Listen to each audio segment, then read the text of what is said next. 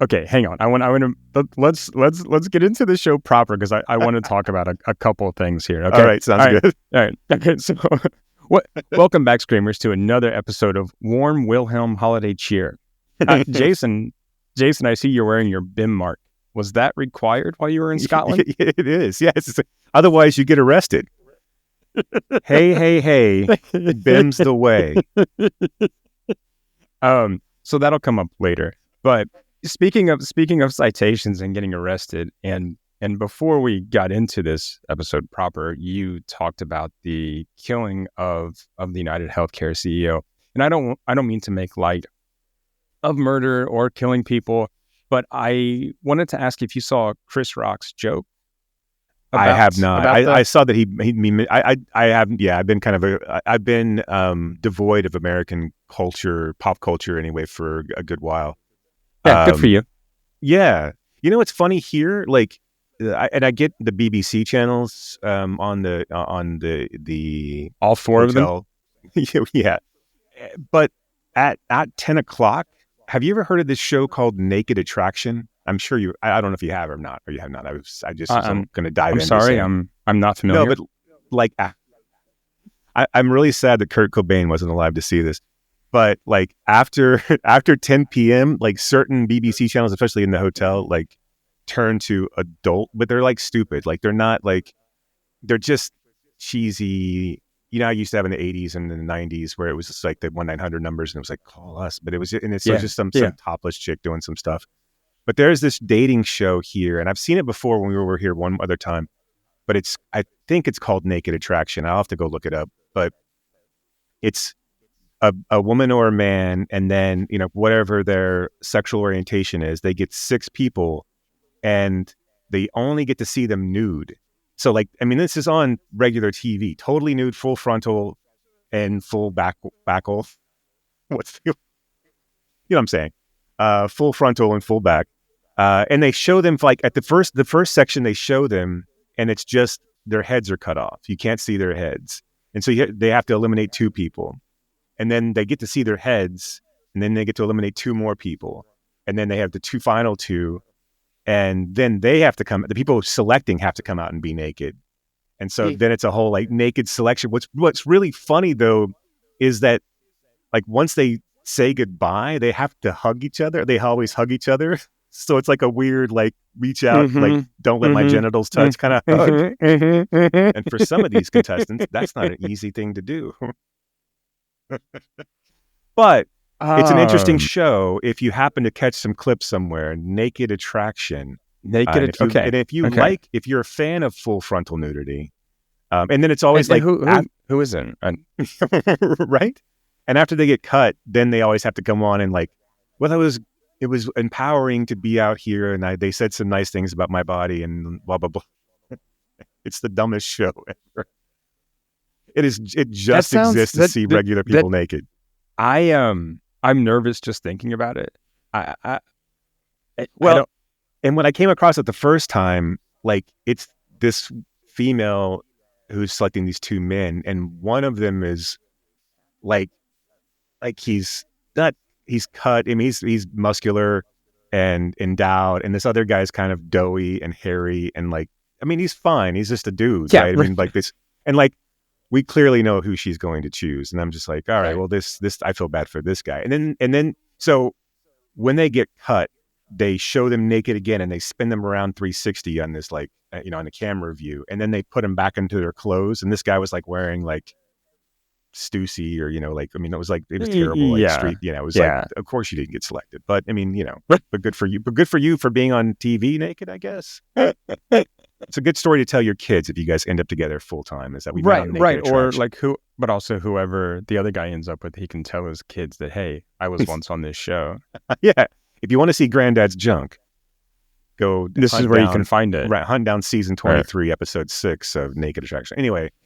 Back to Chris Rock's joke about the CEO killing. Right. Just, I mean, Chris Rock said very much what I just said. Like, that CEO was a real person that had a family, and, let's not condone murder. But, sometimes drug dealers get shot. It's a good joke.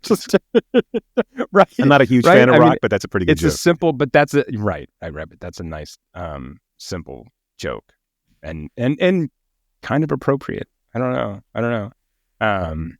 We live in a weird It is. time. I know. It is weird how quickly we are embracing vigilanteism on the left. Well, is it on the left though? Is it just on the left? I mean, it feels like this is kind of a universal we don't give a shit at this point. Well, what I mean is like the right has its vigilante heroes, i.e. Kyle Rittenhouse, right?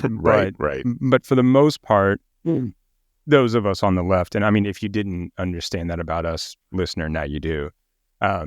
We have been sort of reluctant to, I think, I don't want to say embrace that, but say like, oh, I get it. I get it. And now I think that's starting to happen. Yeah, I don't know how to feel about any of it really. I mean, I am not in favor of for-profit humanitarian things. Like, I mean, it's at a certain point, and I feel like obviously in our as we bemoaned our late stage capitalism bullshit that we exist. I don't believe that insurance companies need to exist. We spend trillions of dollars a year as a whole, as a country, that could easily be used to take care of everyone.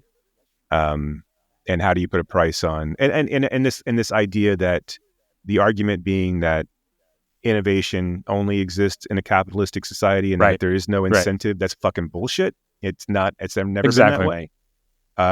People will always want to solve problems regardless of whether there's a dollar associated with it. And yes, people should be rewarded for their good works, but rewarded to billions upon billions of dollars a year while people die in the streets. I mean, and people go broke because they can't, because they pay for insurance, but that insurance, I mean, and all this shit that came out. And the insurance doesn't do anything to then help them live.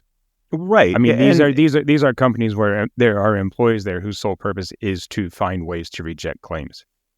Right. And I mean, this is not new news to anyone. And they're simply looking for ways to, cut corners. I mean, like when your whole goal is to grow your profits and to pay money to your shareholders, then shit like we are only going to pay for anesthesia during the times that we feel like we don't want to pay for anesthesia. So wait. So interesting thing there, because this got I think misconstrued. Did it? Not to like shake my finger at you. No. It's fine. I've been very disconnected. So I've only gotten bits and pieces. There was an article that came out about like some other reporting on the anesthesia whole thing, and apparently what was the initial thought from the insurance, whichever insurance company put this out there. I think it was Blue Cross Blue Shield. Right, was to stop the gouging by the anesthetists, essentially, right?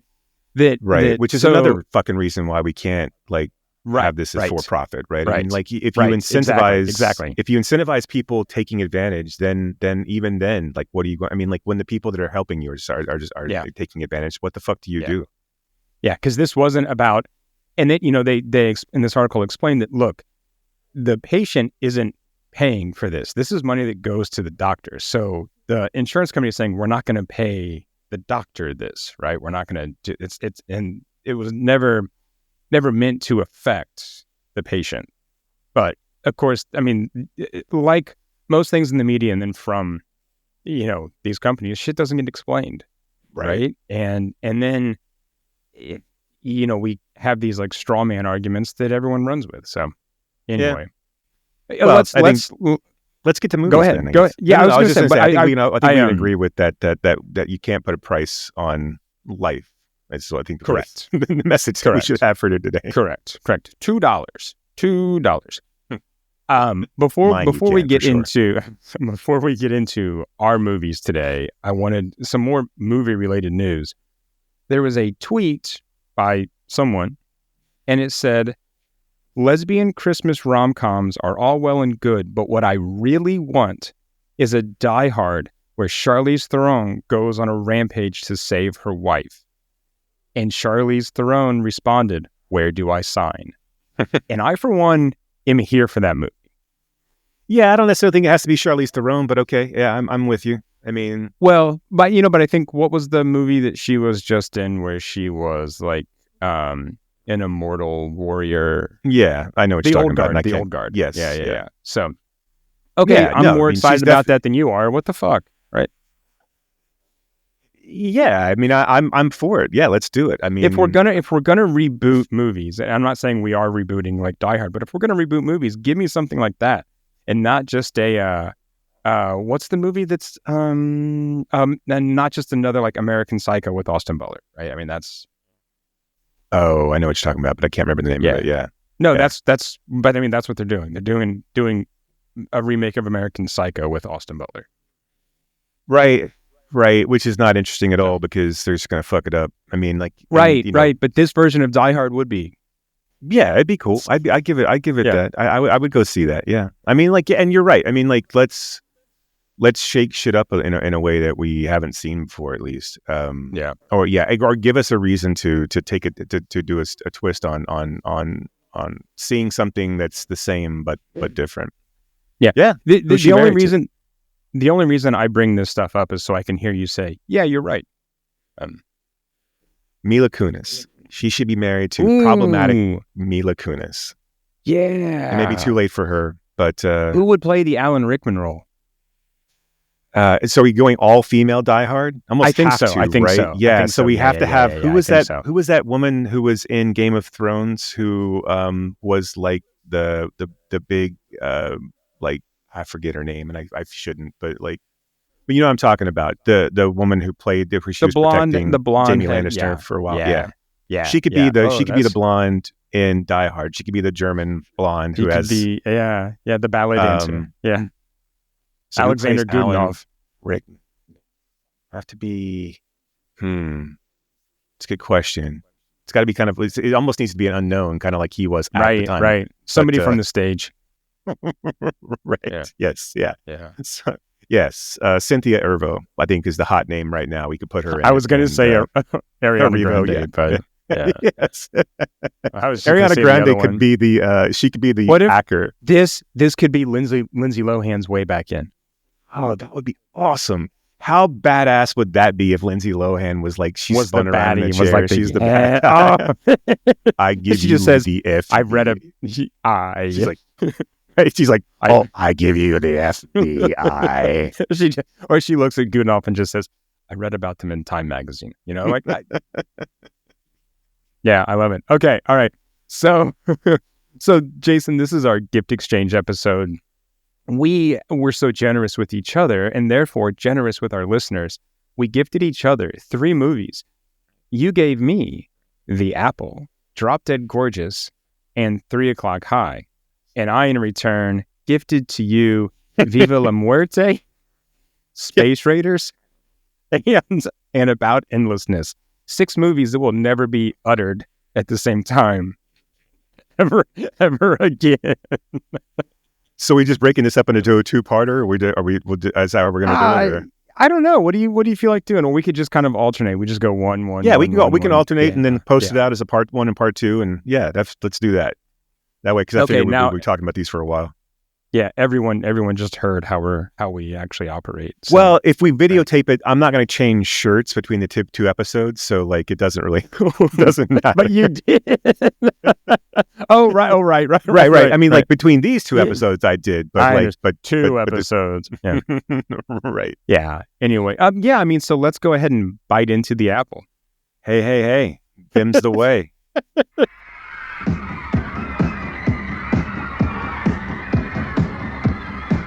In 1994, the world is controlled by one power.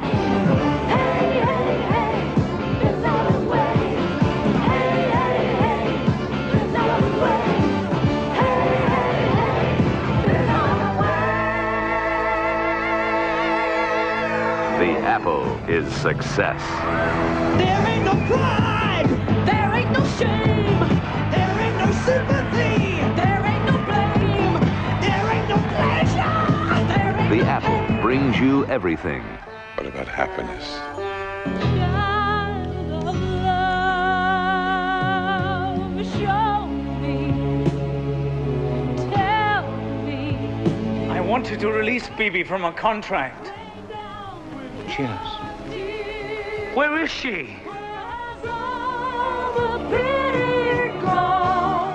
I stand alone. I stand alone. Cry for me. The apple is the temptation. The apple is the experience. Take the apple! Whoa! Praise the apple! Whoa! Yeah, yeah, yeah, yeah!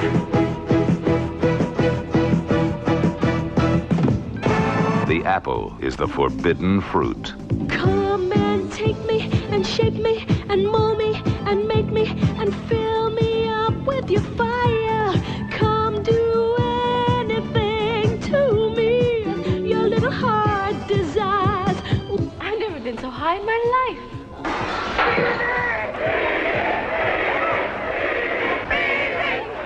Bibi, I must see you. I gotta talk to you.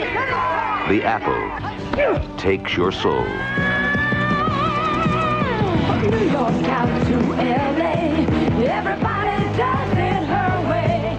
Pumping power by the hour. Speed. I can feel the earth start quaking when America starts shaking. Pumping power by the hour.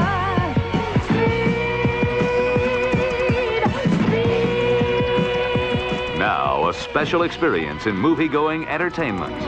The apple.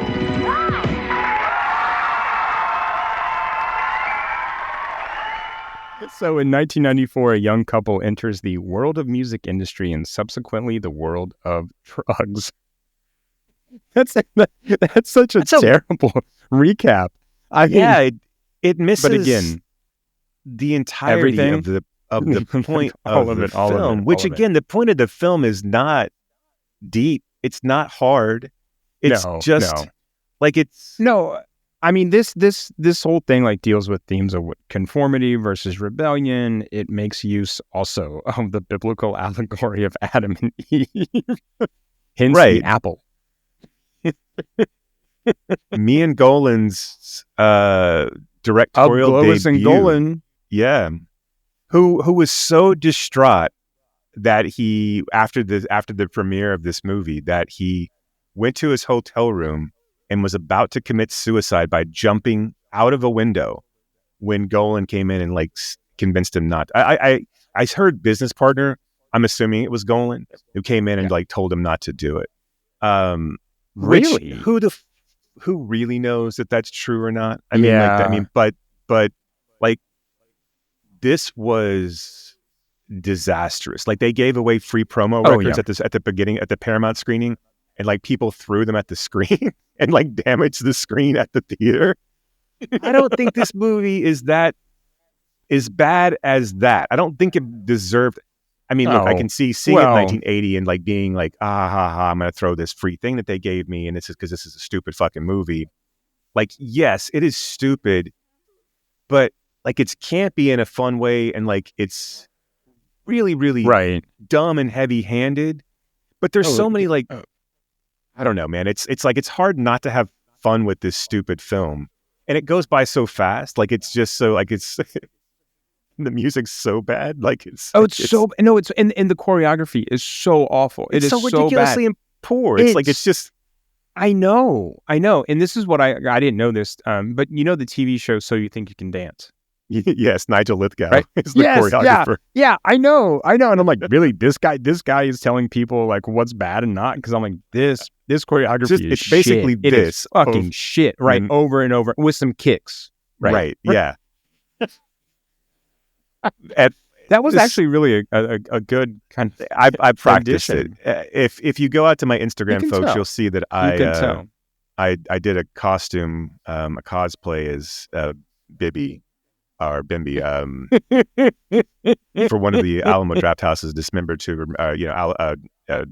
dismembered marathons. But yeah, I mean, like, okay, so we get basically Adam and Eve are performing At the Eurovision. at the Eurovision, essentially. Well, right, I mean, essentially that's what 1994. it is, right? Yeah. this is filmed. They wanted to have like obviously that conformity and thing. This whole thing was supposed to be set when they wrote it. It was set in 1984, but Golan was like, "That's too soon. We Right. can't," because it came out Right. in 80. It's like we can't like put it in 84. So he pushed it to 94, but they wanted to have those Orwellian themes and like the Orwellian themes tied into Satan like being the the overlord is. I don't know. It doesn't really work at all because Mr. Boogaloo is not. It's not. I mean, he's more Satan than he is. Like I feel like I feel like they made the right choice in moving into 94. In fact, they probably should have put it further out. To be quite honest.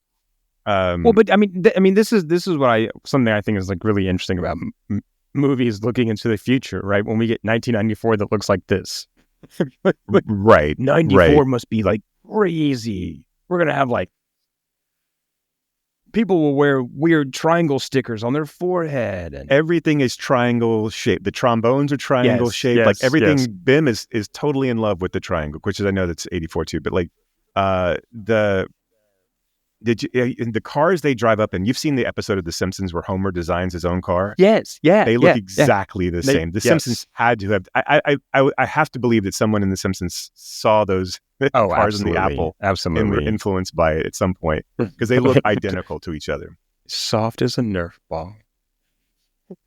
But okay, so the couple performs at Eurovision. So we get this whole like Mr. Boogaloo's like ultimate aim of like I guess controlling everything, controlling the entire world, but through his music company.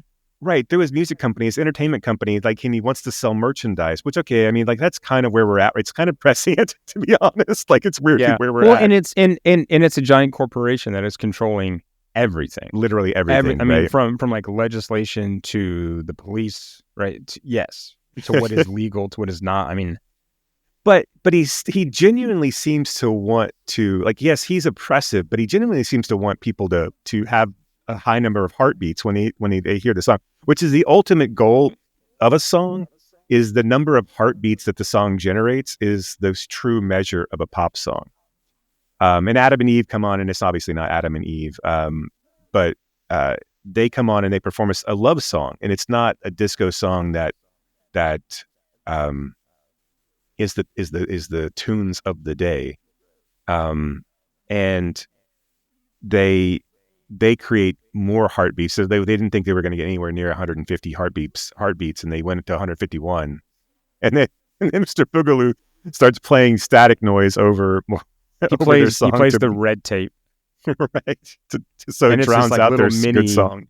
It's a little mini tape, and then he decides to sign them and corrupt them. And the Eve character, Catherine Mary Stewart, is all for it. All she wants to be is famous. But Adam, and I know these again, they're not their names. But he like Alfie and Bibby, yeah. Which I don't know why I didn't go for an E name with, because also they always have Bandy and yeah. So it was like weird, Bendy and Bandy and Pandy, yeah, Bandy and Pandy. That's right. So it got to be odd, but immediately, Evie is seduced by Bandy, and he's like this disco Bee Gees-esque looking sex god. He sings this like ridiculous song about how she was created for him. Anyway, Alan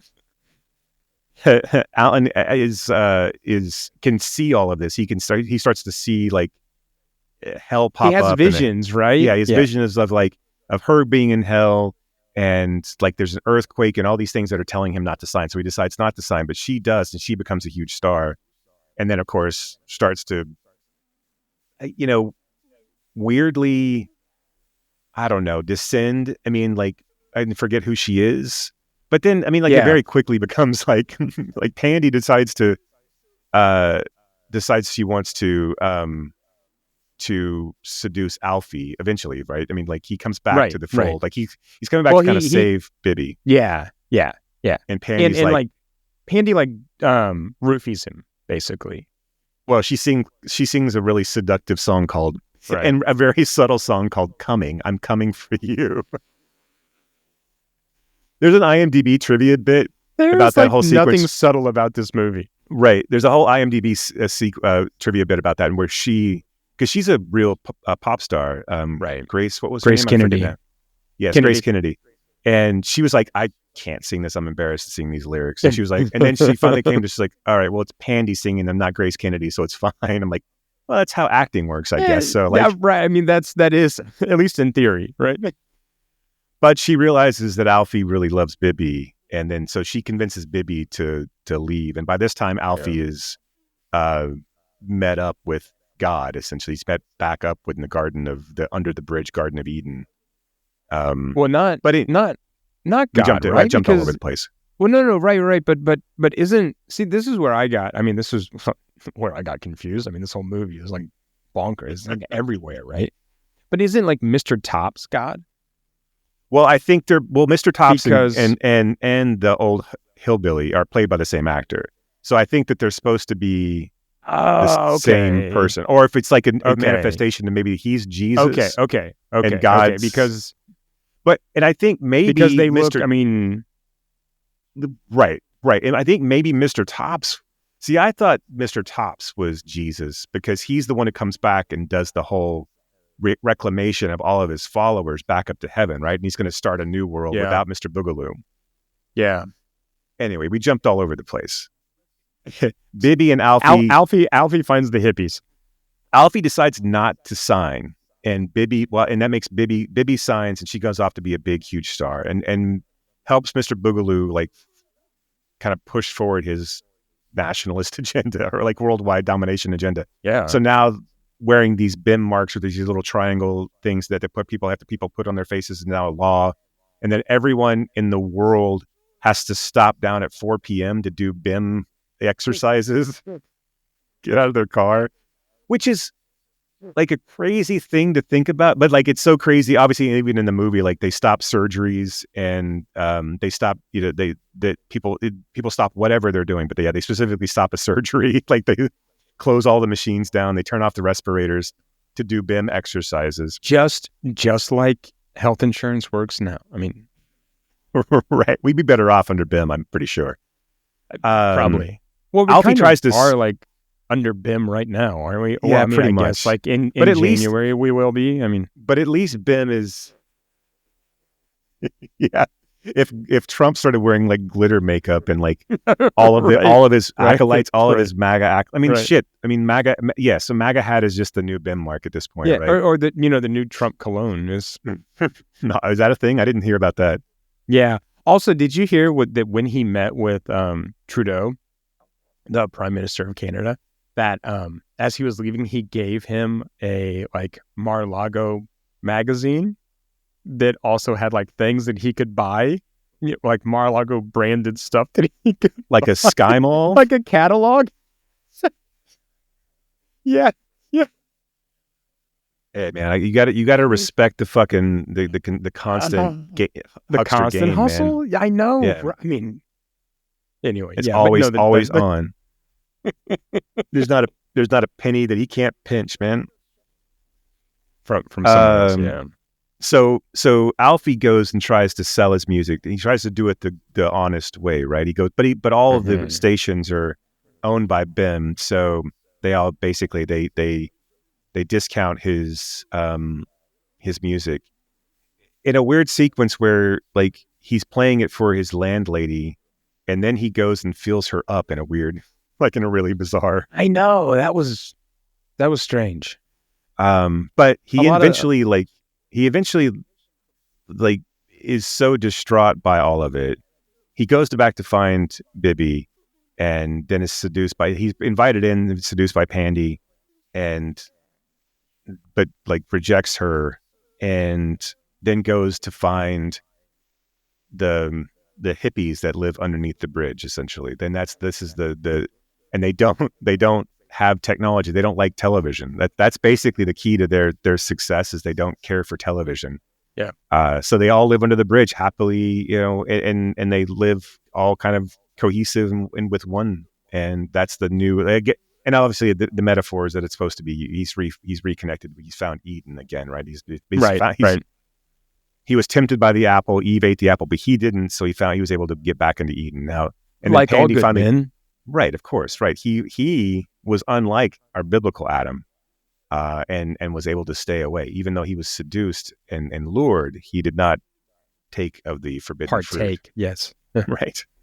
And then Pandy convinces Bibby to leave, and Pandy ends up getting kind of kicked out as well. And Bibby goes to find them under the bridge, and they're all living out in this this field that they can't be in until like 7 p.m. or 7 a.m. So like all of the hippies run and leave Alfie like in the field all by himself. Anyway, Bibby gets to the field, rejoins Alfie, and then weirdly, like there's a part of the movie that's missing. There's a part of the movie though where they get married and have a kid. And it's like a weird time jump that's never explained. And it's basically what happens cut. is this movie does not have enough money to do everything that it wants to do. Right. Well, and there was an early scene that was cut too, right? Yeah. So like Mr. Tops was supposed to be there to create the world. So like in your scenario, like, so going back to you, yes, Mr. Tops is God. He's the one who creates it all, even though the metaphor doesn't really play out all that well. So maybe right. the really, and Joss Ackerlund, man, like looking good for however old he was at that particular point in time, just kind of a Grizzly Adams kind of in his vest and no shirt. He like straight out of the Warriors. Right. And then so they get to the field, and this is years later because the kid that they have is a gigantic toddler. Alfie has a ridiculous fake beard. But like he has a beard. Like if you've seen the movie Step Brothers, when Will Ferrell puts on the fake beard as the brawny man, it's just like that. You can almost see the glue.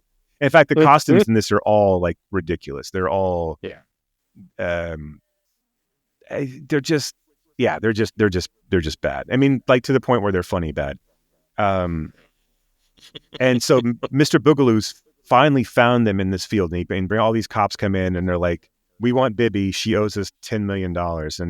And the hillbilly's like, "Is that all?" And all of his acolytes laugh at the same time. I know. And then out of the sky comes a golden Rolls Royce driving in on a very like electric like 1980s electric company, like special effects. Yeah. I mean, I heard the "Hey, you guys." I think they just kind of stole it from them. And Mr. Tops, dressed all in white, God comes up and says, "Mr. Boogaloo, you have no power here. I'm taking all my followers back up to a new world that I'm going to create, and I'm going to try to do it without you this time." And he's like, "You can't do it without me."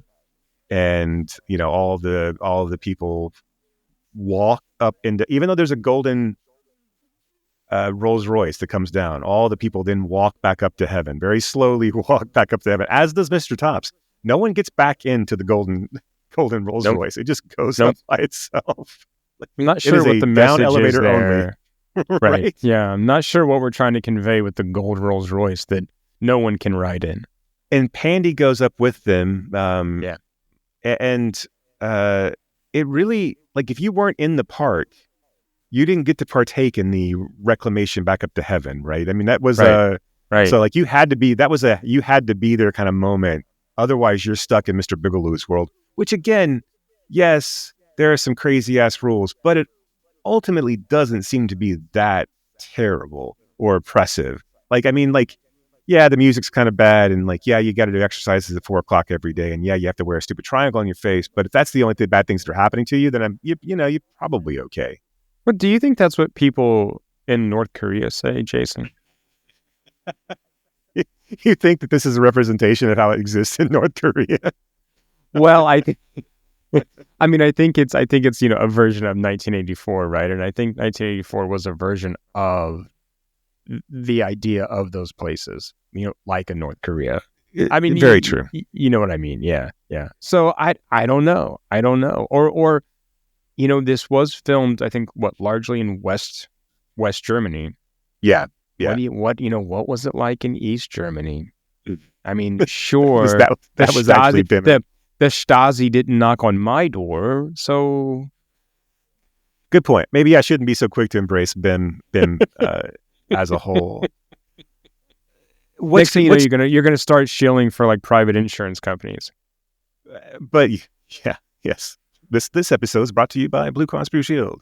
You didn't need all that anesthesia anyway. Don't worry about it. You're fine. Rub some dirt on it. We'll give you all the free dirt you want. Your insurance pays for all the dirt you need.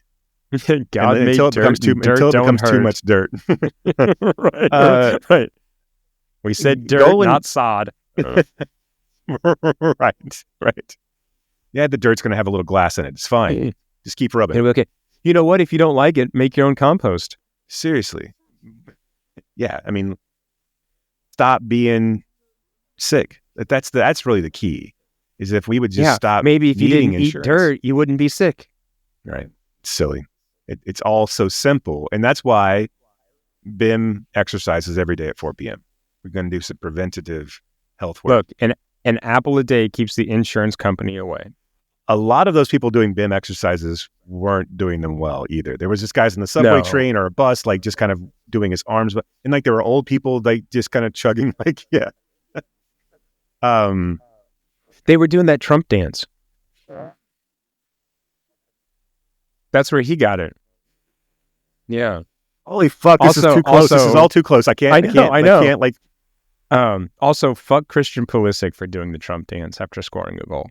Oh, anyway. Jesus. I didn't know about that either. Yeah. So, Catherine Mary Stewart, this is her first role. She does not look good in this movie.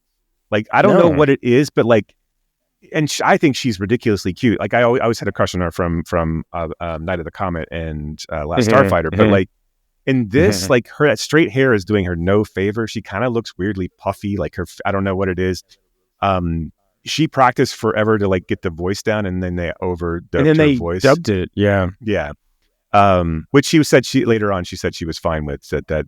But you know, who knows what that's actually true or not. I feel like the lyrics in this film. I mean, obviously they're ridiculous, and they're also like they're very like obvious.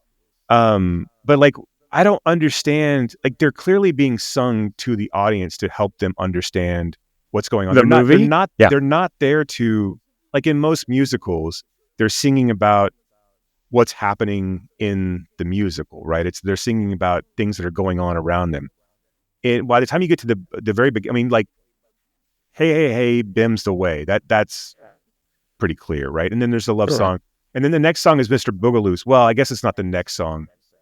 But the next, maybe it is. Once Alfie and Bibby come to BIM headquarters, and Mr. Boogaloo just comes in and says, "These are all puppets. They're a monkey on a string, like monkey on a swing, a puppy on a string."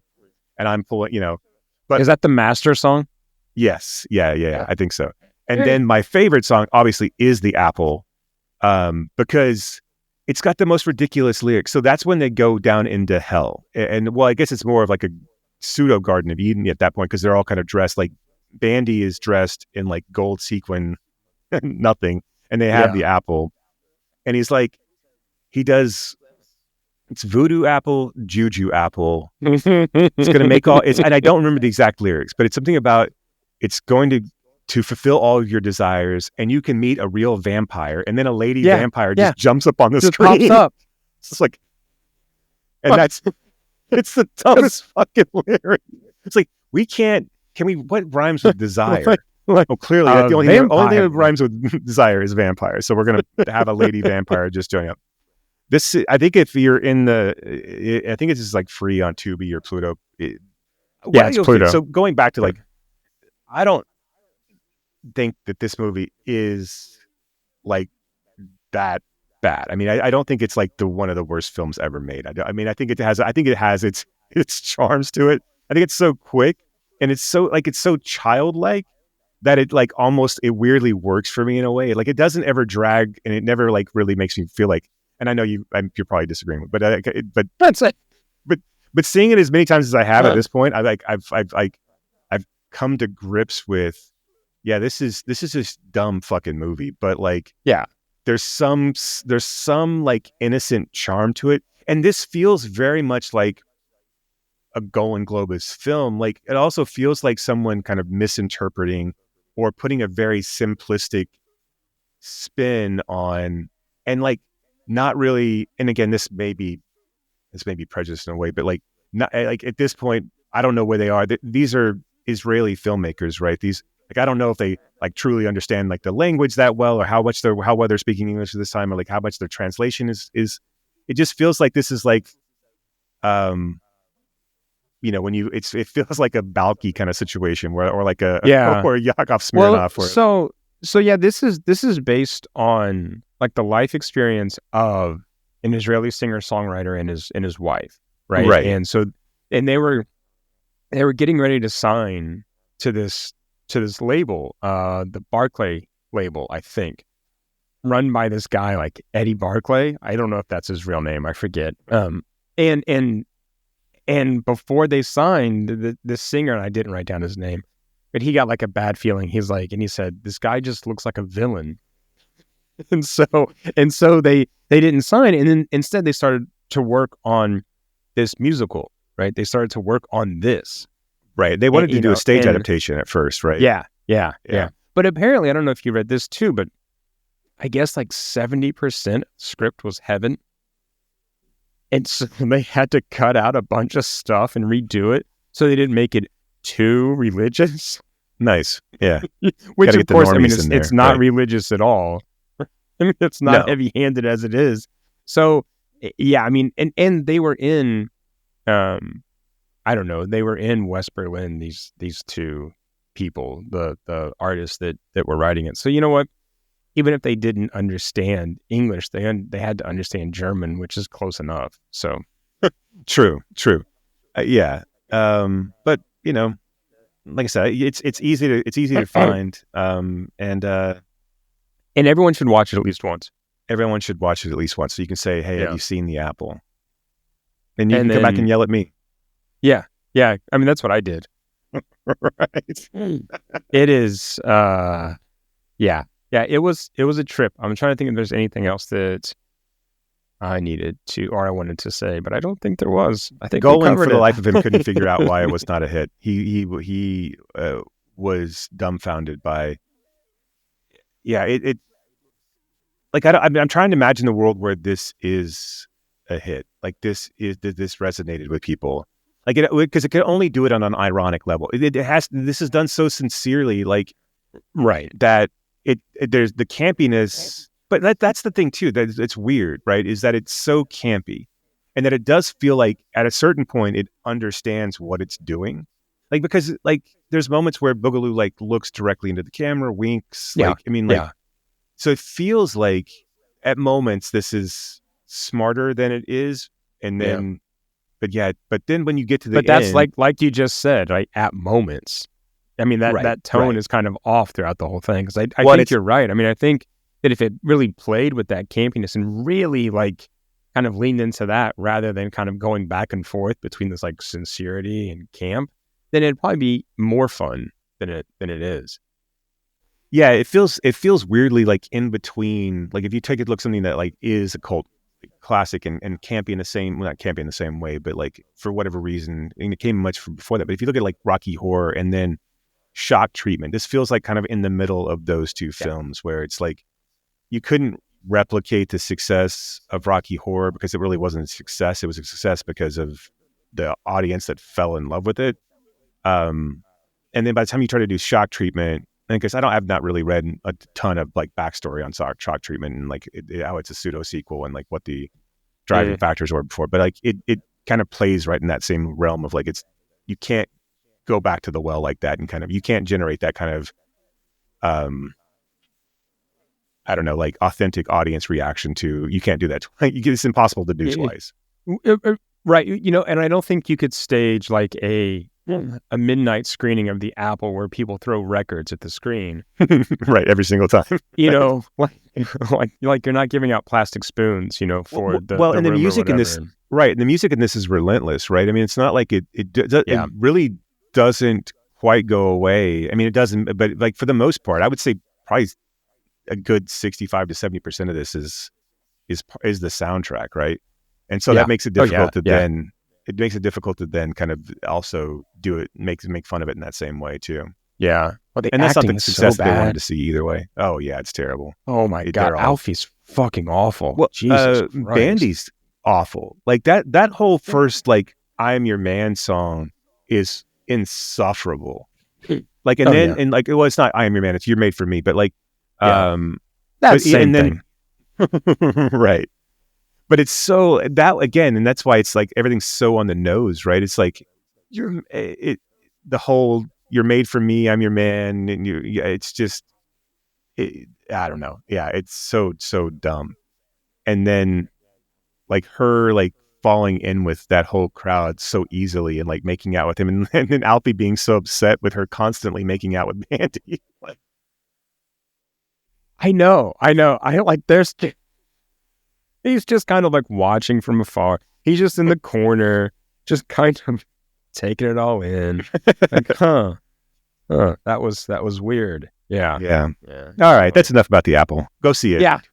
Go see have it. fun. Have watch fun. And it let somewhere. Let us know what you think. Yeah. Go Take a go bite see out it. of You it. can't go see it.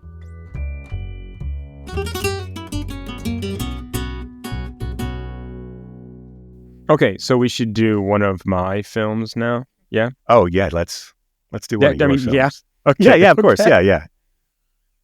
So, Jesus, let's do Viva La Muerte, Long Live Death. Almost During identical to the Apple, actually. I think it is actually. I think they're The sister sequels. Like it's not. They were on the same like VHS at the local Blockbuster They when I came was out growing like, up. right. right? Yeah, they came out on that dual released Yeah. cheapo DVD that you get in the $5 bins at Walmart. En position! Vive la mort! Feu! Maman, pourquoi est-ce que tu ne me parles jamais de papa? Le voilà! C'est pour rébellion militaire qu'on t'arrête, salaud.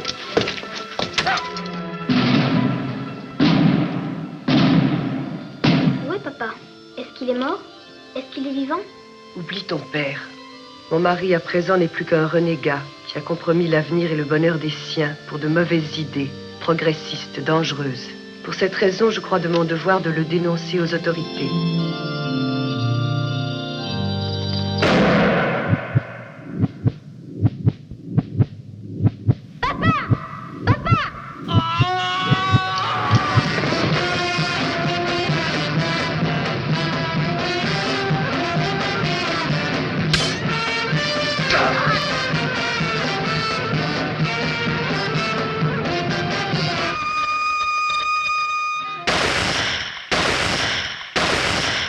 All right. During the Spanish Civil War, young Fando navigates parents' clashing ideologies after father's arrest. This explores his imagination, friendships, views on sex, and death amid family upheaval. He questions mother and seeks father's fate. Yeah, boy does he. And all I mean, he does that. Was Fando ever in anything else? I didn't have a chance to look it up, but was you know what? I think let me find it. He was, and so was the mom. I could see the mom being something else because she's really good in this. I mean, not that Fando's not good in this, but Fando like this seems to be like. But I think they just found him like in Algeria. No, this was I think the only thing he was in. Yeah. Look, this obviously is a precursor and like this is surrealism and a precursor to that whole like Spanish surrealist genre that was about to pop off right at the same time. Tobor and Jodorowsky are all part of the same crew, right? I mean, like I love the beginning. I was going to say Arabal founded that panic movement with Jodorowsky and Tobor. Right. I love the opening and closing graphics. It's almost like Monty Python-esque in a way, and I know that was but like they were so good. This is a fucked up movie. Like it's right. And like.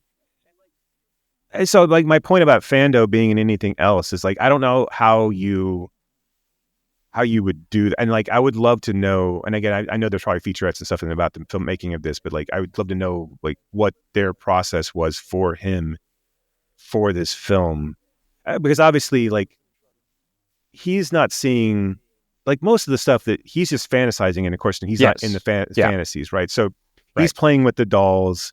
This is very much like a Danny Torrance in The Shining kind of situation where like he's not seeing all the worst stuff. But I would love to know if Fando, like what happened at the premiere of this film. Like Fando did not get to see this movie, right? For a long time. I mean, afterwards. no one did. Right. Yeah. No, I know. So, I mean, this thing was pretty much unfindable, I think, for a long time. And it started to play as like midnight movies, right? I mean, very much like, it's a weird midnight movie though, but too. think about right, like Pink Flamingos, right? How that how that like, kind of disappeared, but then like got another life through those like midnight movie screenings. No, I thought that too. I'm like, this is a weird thing to have as a midnight movie. It's a little heavy, don't you think? Like for a midnight like screening, right? Yeah, especially that. You don't want to really start watching this at midnight. I mean, this is like, and like it's also that crowd of kind of like, exhausted exuberance doesn't really. This is a hammer to the fucking head for midnight audiences, and like this seems like a college crowd type of thing. This seems like it gets passed around, like I can imagine seeing this on a 16 dirty 16 millimeter print somewhere where it's scratched as fuck and like just making the rounds, and in some like esoteric film class too. I mean, like, right. That's almost probably not even subtitled, right? I mean, like I would imagine like the first screenings of this, that would have been hard enough to find a sub. But to be fair, you don't really need the subtitles in this. I mean, it helps, right? It helps to understand like, the mother turns, like it helps to kind of understand when this is set in the Spanish Civil War, and that the mother's, you get that she's ultimately that she's religious. But she's also a nationalist and a Franco supporter, and right. And my thought as I'm watching this is like, how progressive were his ideas, like that caused him to meet this fate? And then this is hard, like to kind of there's not really a plot here aside from Fando learning that his mother, like Fando is very early coming of age in a war-torn country, and is being raised by a single mother at this point because his mother turned. His extended family is there too. Yeah, that's true. Sorry. Because the grandfather and dies. the aunt. Yeah. It's just like remembering all of the sequences now, but like when the grandfather dies or is near death, and he starts to release his, he starts to fart, and Fando starts to laugh. I was just there's some really like brilliant moments of levity and touched in with like, and some also like just like slapsticky. Like I know it's not really slapsticky, right? But almost like so surreal that you can't help but kind of be taken aback and laugh at all of it. But I find it like very interesting because this is sort of a pseudo semi-autobiographical story, right? Yeah. And I would say even like, I'd say it's pretty close. I just wonder if this is, Aberall was really at 10. At 10, this was what he was like. I mean, and again, I don't necessarily know, genetically, historically, like when does the Oedipus thing start to like really kick in for young boys, and maybe it's different in different cultures, etc. But like as at 10, is Fando really like visualizing his mom taking milk baths and masturbating and all of that. Well, wait, was that his aunt or his mom? I thought it was his mom, but maybe it was his aunt. I thought all of it was his mom. So like when he whips the woman, that's his aunt. Yeah, that's his aunt. And so the woman that he hugs at the end in the robe that's his aunt too, though, right? That's his aunt. Yeah. Okay. Yeah. So then maybe I was just missing the breakdown of it because they do look alike. Right. I know. And I think there was a moment where I was like, oh wait, that's someone different, because I had the same thing too. But I mean, I don't know, and I don't know if going through, wartime, if does that accelerate anything, right? I mean, you're forced to grow up in a different way, and I mean, when do fantasies about sex start? I mean, for me, it was in the womb, but I don't know. I'm kidding. It's not, Usually like 6. right? Isn't that normal? Right? Yeah, every time, before then Um, it's all business. But right. So I mean, I don't know. Or is that yeah? If you're exposed to some of these things earlier, do the fantasies kick in sooner? I don't know. I can consult my Freud handbook. right. Okay. So like all of this, how it escalates. I mean, like, and kind of keeps going back, and like his coming to grips with his mom having turned his father in, and then him like kind of playing out the scenarios, not only in his fantasy sequence, which we see in the movie as discolored sequences within the film, But they're like where video sequences. right, where actually he feels guilty at certain times, feels responsible, but he also plays it out in his real life because he has these like handmade dolls that in like this puppet stage that he reenacts all of these things on. All of the surreal imagery, though, like, I mean, as you get to the last, say 15, 20 minutes of this film, gets to be really, really rough. I mean, there's a live slaughter of a cow, like a large bull. That's tough. Yeah. Nando's or Fando's mom. I mean, and this is broken up. It's not like she actually shits on his head, but she shits on his head while he's in a cage. She sews him up in a calf's skin, castrates the calf or the cow. Yeah. I find the making of all of this like wildly interesting, like how, like what it was like to be on set, because they clearly butchered that bull, like, and then she's in the blood of that bull and holding the castrated, I think there was some, and I haven't read or watched any of the featurettes on the making of, but I did read. I think there was some trouble with that. I think he got in a little bit of trouble. Well, I mean, they also did the sheep too, right? Bit. I mean, there are because there were like, well, those sheep were already. They didn't. The film didn't do that, but yes, those were actually like they went into the slaughterhouse. Yeah. Interesting. So. Yeah. I mean, but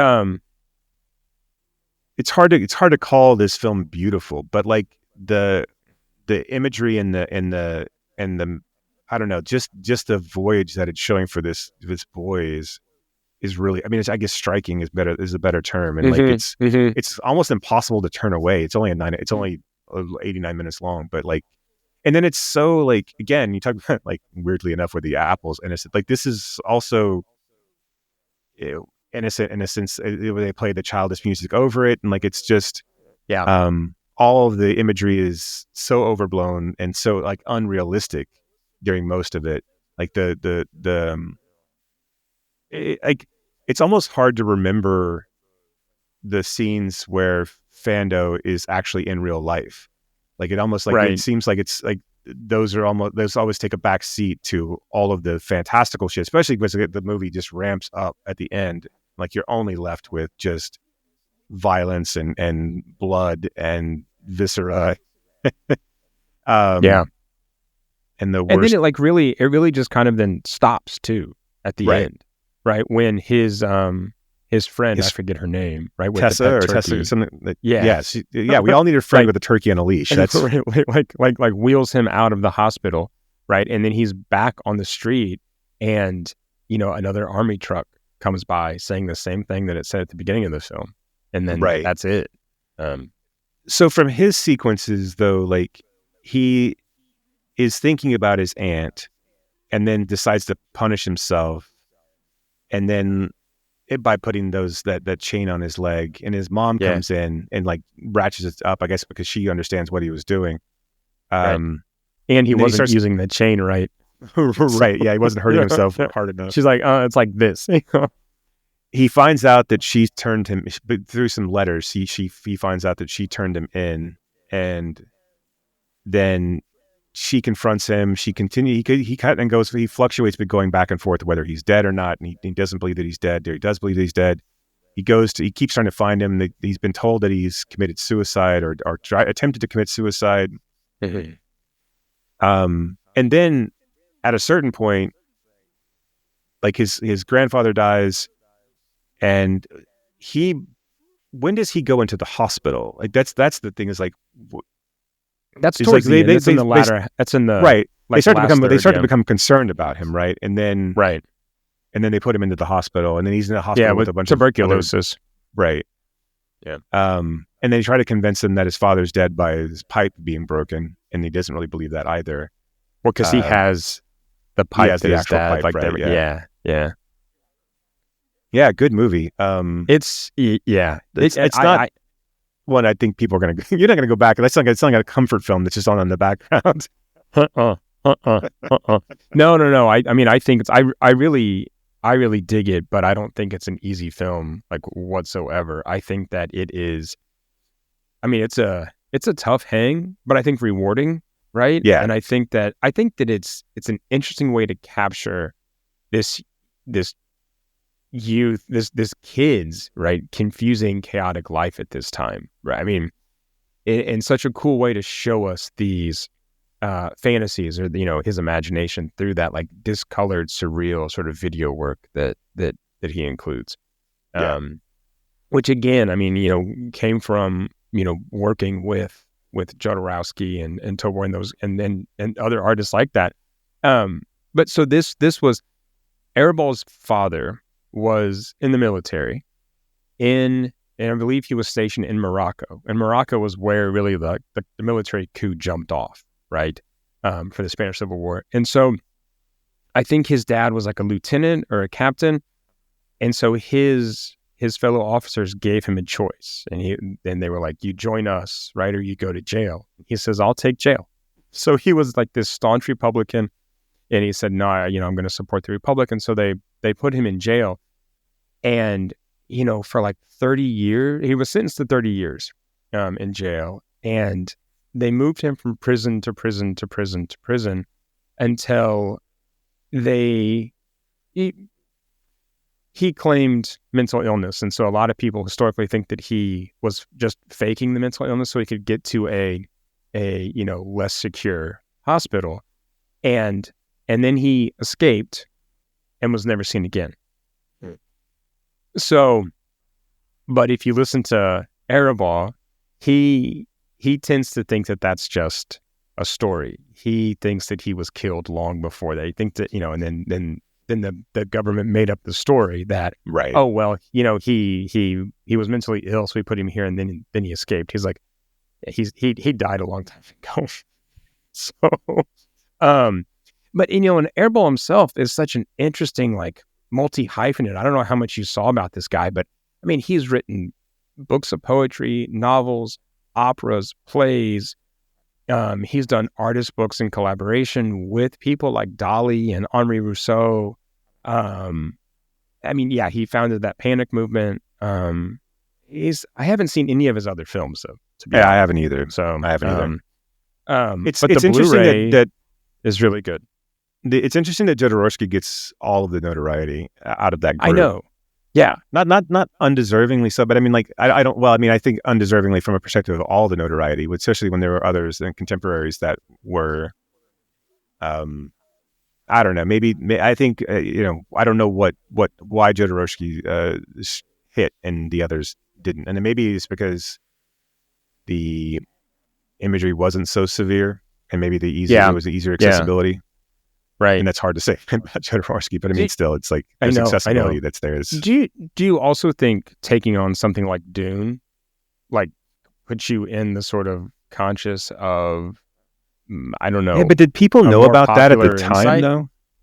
Or was that only, like, generated again after the, I mean, I would imagine, how popular was, here's something I don't know, like, how popular was Jodorowsky at his height or in the contemporary moment? Yeah, it's hard to know because we were not like, at the time we wouldn't have been watching, right? So it would have been like, I don't know. It seemed like that would have been, in that same, like, coming out of the American counterculture, easy rider type, kicking off kind of independent cinema, that people would have found Jodorowsky at that point, where El Topo really, that kind of would have really struck a chord, like especially with that's kind of a midnight movie, right? I mean, that's more of a and then you can kind of, so maybe that helped, that he had a kind of a similar, I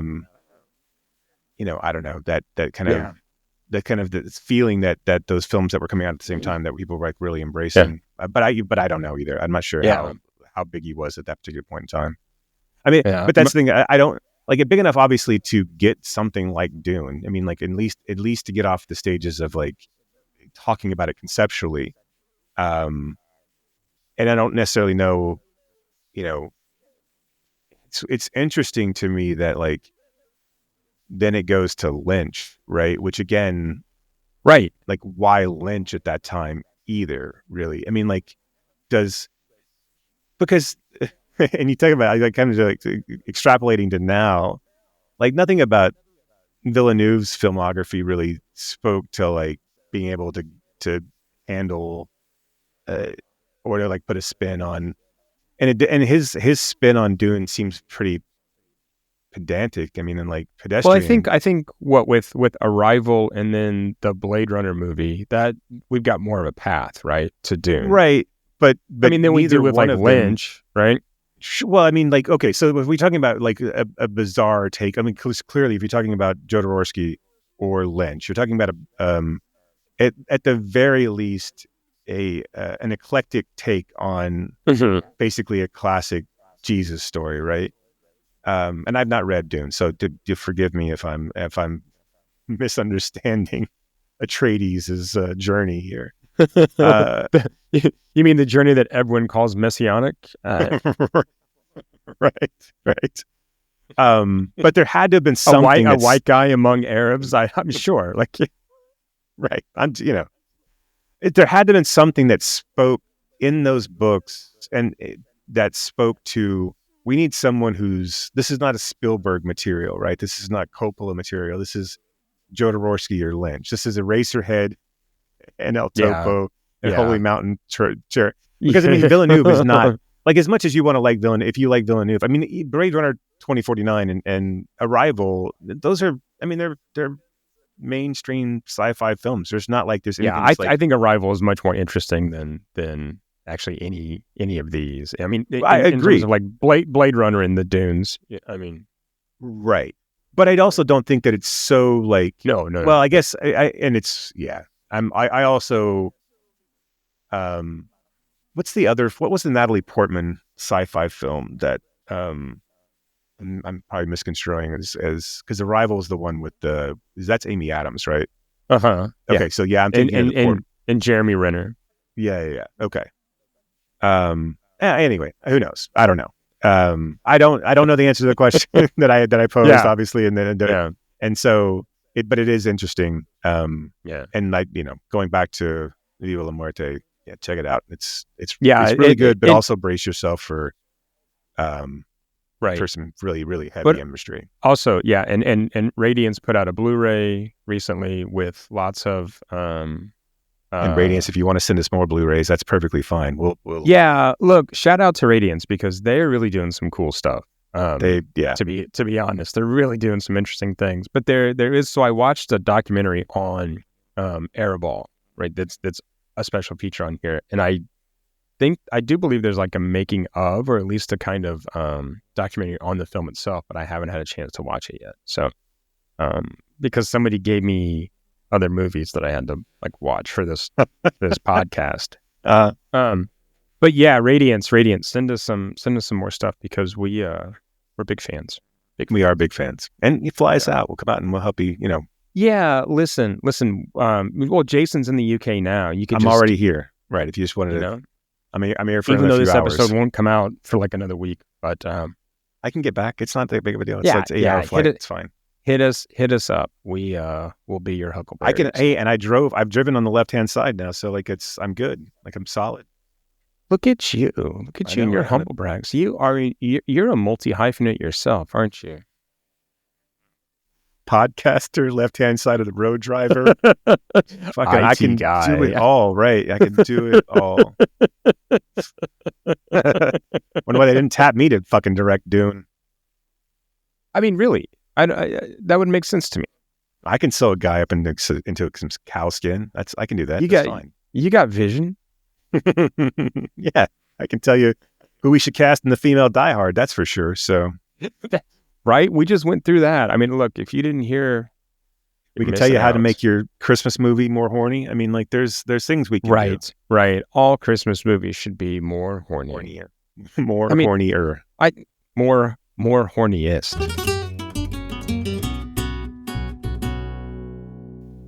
All right, with that, we probably should get to Drop Dead Gorgeous then at this Let's point. do it. Do you think that most people would say that teenage beauty pageants are a good idea? Oh, yeah, sure. I know what some of your big city no-bra-wearing, hairy-legged women libbers might say. They might say that a pageant is old-fashioned and demeaning to the girls. What's sick is women dressing like men. You betcha, Iris. At the Mount Rose American Teen Princess Beauty Pageant, I'm Leslie Miller. I'm Amber Atkins. I'm Rebecca Lehman. there are only 2 rules. I aim to win. Winning is everything, I am the mother of the most talented contestant Montrose has ever had. and nice girls finish last. They wanted to see my room and film me for their movie. They ask you to take your top off. Get the money first. Ooh, we get a personal consultation with a makeup artist. Excuse me, Miss Penthouse 98. Put your knees together. I could drive a boat show in there. For my talent, I'm going to be doing the... Talking is good long enough. Yeah, I'm trying to test myself. Yeah. Never judged a pageant before in my life. No way. Never been around young girls.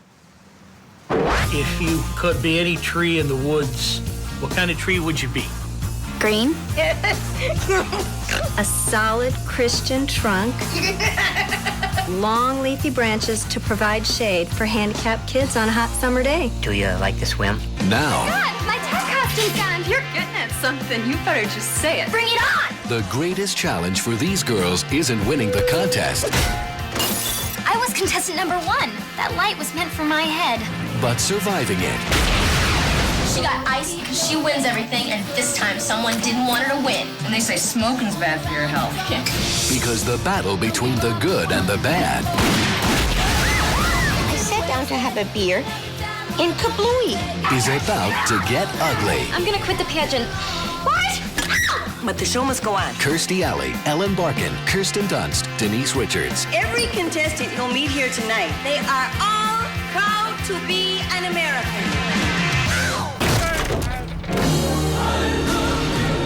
Drop Dead Gorgeous. Oh yeah, really nervous. It's been about 2 months. I haven't told my boyfriend yet. How did you know? I meant nervous about the pageant. Oh, nervous about the pageant. Yeah. Small town beauty pageant turns deadly as it becomes clear that someone will go to any lengths to win. Which is another weird way to characterize this is I like know. that's going to be some sort of like thriller. This is such a bizarre angle to take on But this movie. Here's the thing. Like I know that in 1999, I was a different person. It was a different life for me at that time. I don't remember much about 1999, to be honest. But I know that I knew of this film, but I did not remember very much of it until sitting down to watch it again. Look, I don't know what you think about this film, but I think it's a fucking blast. Right? I think it is a riot. I think that I know it got mixed reviews, but this to me is like a completely different vibe than some of those other teen movies that were coming out around this time too. And the mockumentary format, I think, is fucking brilliant. Also, the fact that every single teen girl in this town participates in this pageant. Like, whether they want to or not, it's just what they do. And they all accept it, which I think, oddly enough, is a real kind of indictment of our society and what it tells women to do and how to look and how to behave and everything. Even if you don't want to be part of it, tough shit, you are. Right. Right. And so I feel like the negative reviews or the mixed reviews on this, it's just too bad because I think it's a lot of fun. I think once it hits its stride, Like it doesn't really kick into. I mean, like it does a really good job, I think, of one of the things we bemoan a lot, which setting up its characters. Right, it does a really good job of like, and like you said, the mock documentary style really helps that along because it can focus on each one of the girls separately. But once it hits its stride, once you start to get really into like the Becky, fuck, what's Kirsten Dunst's character's name? I will Becky tell Ann you, Lehman and Amber. Amber Atkins. Once it gets into their kind of dynamic, then like once Allison Janney gets involved, like fucking like she, oh my God, she's so good, dude. Like, okay, so if you just extract her parts, like one, and like here's what I think really works with the film, and I think there's some moments that like not every joke lands, and of course when in a movie this broad, like that's going to happen, right? But even the things that don't truly land, like the Japanese American parents that are adopted the American girl, but they've ignored their own Japanese daughter. Just all of that, like where she's so talking, bizarre, it's so weird, and they're just affectations of American culture. I know it's heavy-handed, but like when the wife is talking about some like Burt Reynolds or something, and the dad's like, hey, what about me? Like in that like American Japanese accent. And I know that's offensive. I apologize, but that's how they what's do it. He got that I what's he got on what's me? He got that what's I don't got, right? And he like looks at the camera and winks. I think the only thing that doesn't really age well is the R word stuff, like the Will Sasso character. But, yeah. But I'll be goddamned. And again, for all of against all things that I try to be as progressive as I try to be, Sasso's such a funny physical comedian. Like it's hard not to laugh at those two interactions. And if you can take out them calling him the R word over and over and over again, like if he's just kind of a dummard, like a dullard, like it's there's some funny parts in that. When he gets stuck in the truck door. In the truck. Like his physical mannerisms, like and again, I know like a lot of the pratfalls are heavy-handed too when he runs into the window. That was really, but like him like reaching out and trying to like reach the pole to what's so crazy about this too is that it could have just been like, it could have been Smile, it could have been like just an indictment of this, and just kind of a straight-laced, when it gets compared to that too. Right. And Smile by far is the better movie, quote unquote movie, but like I find this one a lot more fun because one, like I think like everyone knows their role and everyone kills. Like it's just like Brittany Murphy is ridiculously funny. So like, good. Denise Richards, I'm not sure this is not her best movie. Yeah. It's weird because this is right after Wild Things. Right. And like this doesn't track. I mean this doesn't make any sort of noise at all. Like I mean no. It comes and it goes. But I mean she's so good in this.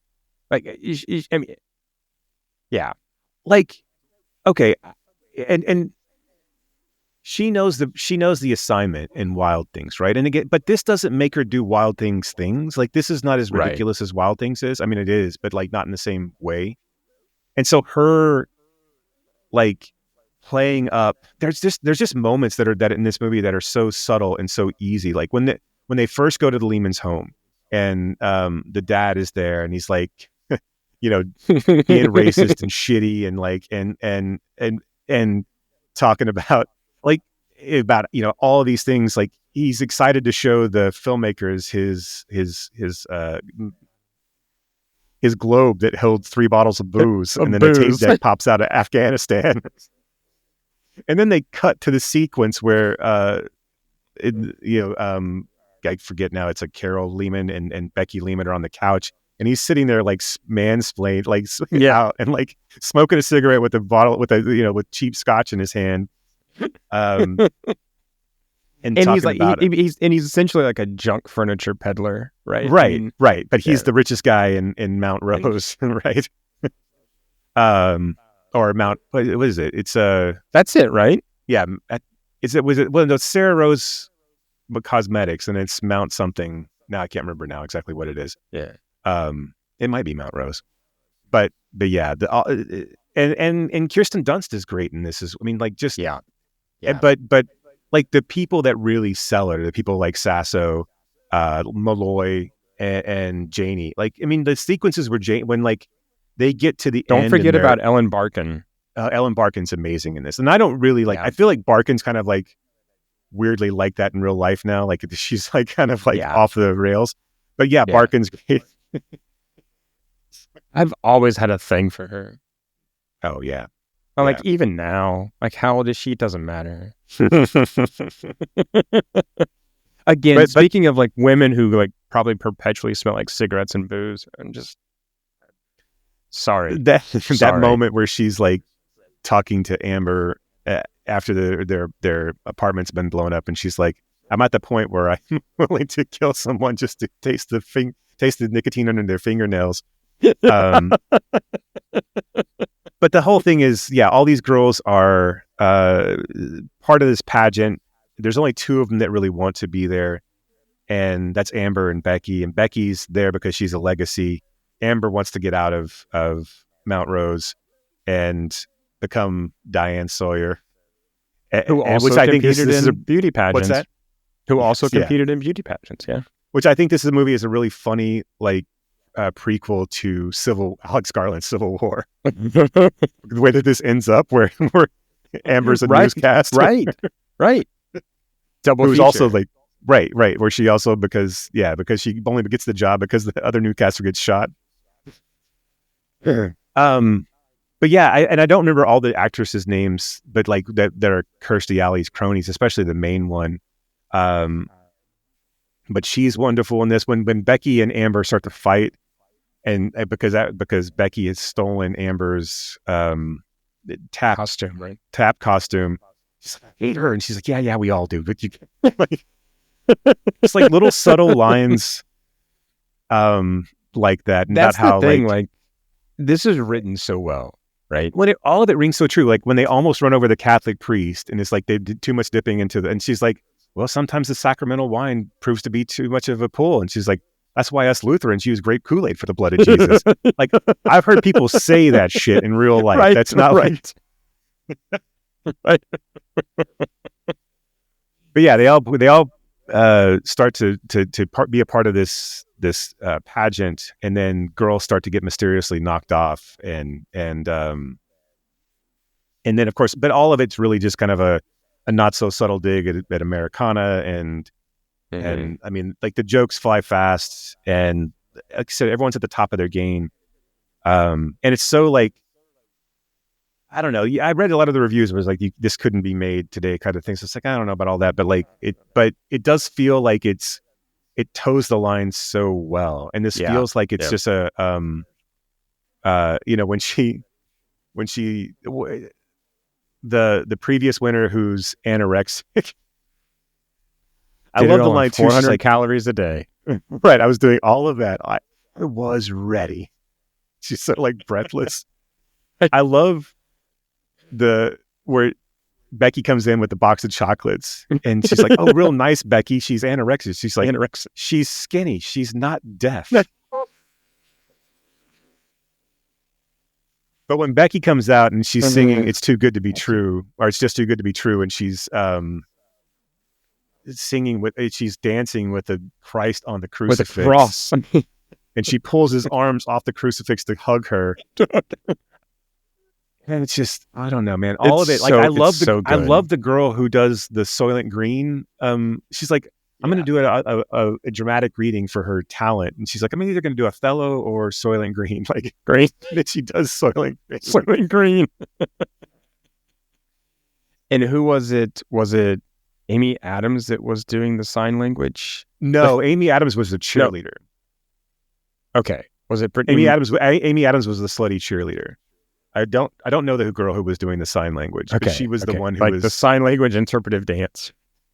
Right, because and then she gets hit on the head by a falling light, because all of this. So both Becky and her mom are knocking off the other contestants so that she can win. and they rig one of the lights to fall down on Amber. They're trying to kill Amber the entire time. So like Amber's like always kind of narrowly avoiding death. And it's weird because the entire town seemingly knows. This is what's kind of dumb about this movie and just in general from a kind of like ludicrousness of the plot is that like it's silly. I know that they write it off because the cops are such dullards too, because they're like, right. It's not. It's just a case of getting to driving a tractor and smoking. Like there's everything is an accident, right? And I love those lines of where Amber's like, yeah, she liked to ride her tractor, but she only smoked afterwards. She said that like the vibrations helped her think. She only had a smoke after a good tractor ride. So what do you think they were trying to say there? We go through this whole thing, and like all the sequences are really funny. Like at a certain point, they steal Amber's tap costume, so she can't compete. But Brittany Murphy gives up her costume so Amber can tap for her mom. Her mom's already been blown up out of her trailer, but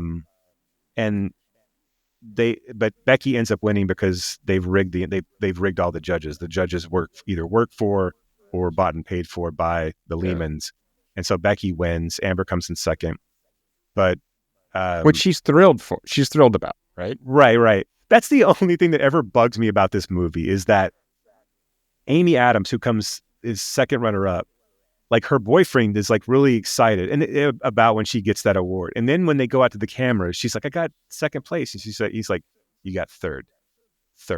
Like, it's like real shitty to her. I know. You were like really excited, like all of a sudden, like you ripped your shirt off and did your like little walleye thing or whatever it was. And what's the line Amy Adams says about being pregnant? Oh, they ask her if she's nervous, and she's like, "Yeah, I am." It's like I'm like 2. It's been like 2 months. I guess, how did you guys know? Like we met about. Are you nervous about that? Oh yeah, I am nervous about the pageant. So Becky's dad, who does a lot of work with people in Mexico, gets this swan float with all these like sparklers on it. So Becky can ride in the parade after she wins, and that's when Amy and Amber are in the back like sucking down swan fumes. Mm-hmm. That's when Amy Adams is like, and Amber works she's a mortician's makeup artist. So Amy Adams is like, if I pass out or die from this smoke, she's like, can you make sure they cover up the hickeys on my neck? And it's like, and I know they won't show, but on my inner thigh. And she's like, I got you. Like it. But anyway, the swan catches in flames. Becky dies, and then it blows up in a swan accident. And then her mom confesses to all of the murders, and she goes to prison. Amber because she's first runner up, she gets to go to nationals, which then comes in like a great Nora Dunn, and like I don't know the other actress's name, but like they get to the Sarah Rose Cosmetics Minnesota state competition. And all of them, it's like a really cheap like pageant that's only have to be run in 8 hours, and they're all like doing all these like production in this hotel, and they end up like having this catered lunch, which is all seafood, of course. And Amber doesn't eat anything because she doesn't eat anything that carries its own home around. But everyone else gets deathly ill, so she wins it by default, and then. Of course, they try to go to nationals, and Sarah Rose has gone bankrupt, which I think is funny too. And then, in the aftermath, much later, Kirstie Alley, who breaks out of prison, is shooting people atop this, trying to shoot Amber from atop this store, and a reporter gets clipped, and Amber steps in and then gets her job, and then it's become. It gets her dream of becoming a news anchor for Minnesota. One of my favorite, I think my favorite line in this, is when Alice and Janie goes to the Howard Johnson. They're all excited about staying at a Howard Johnson, which I thought was really funny too. That was like by the airport.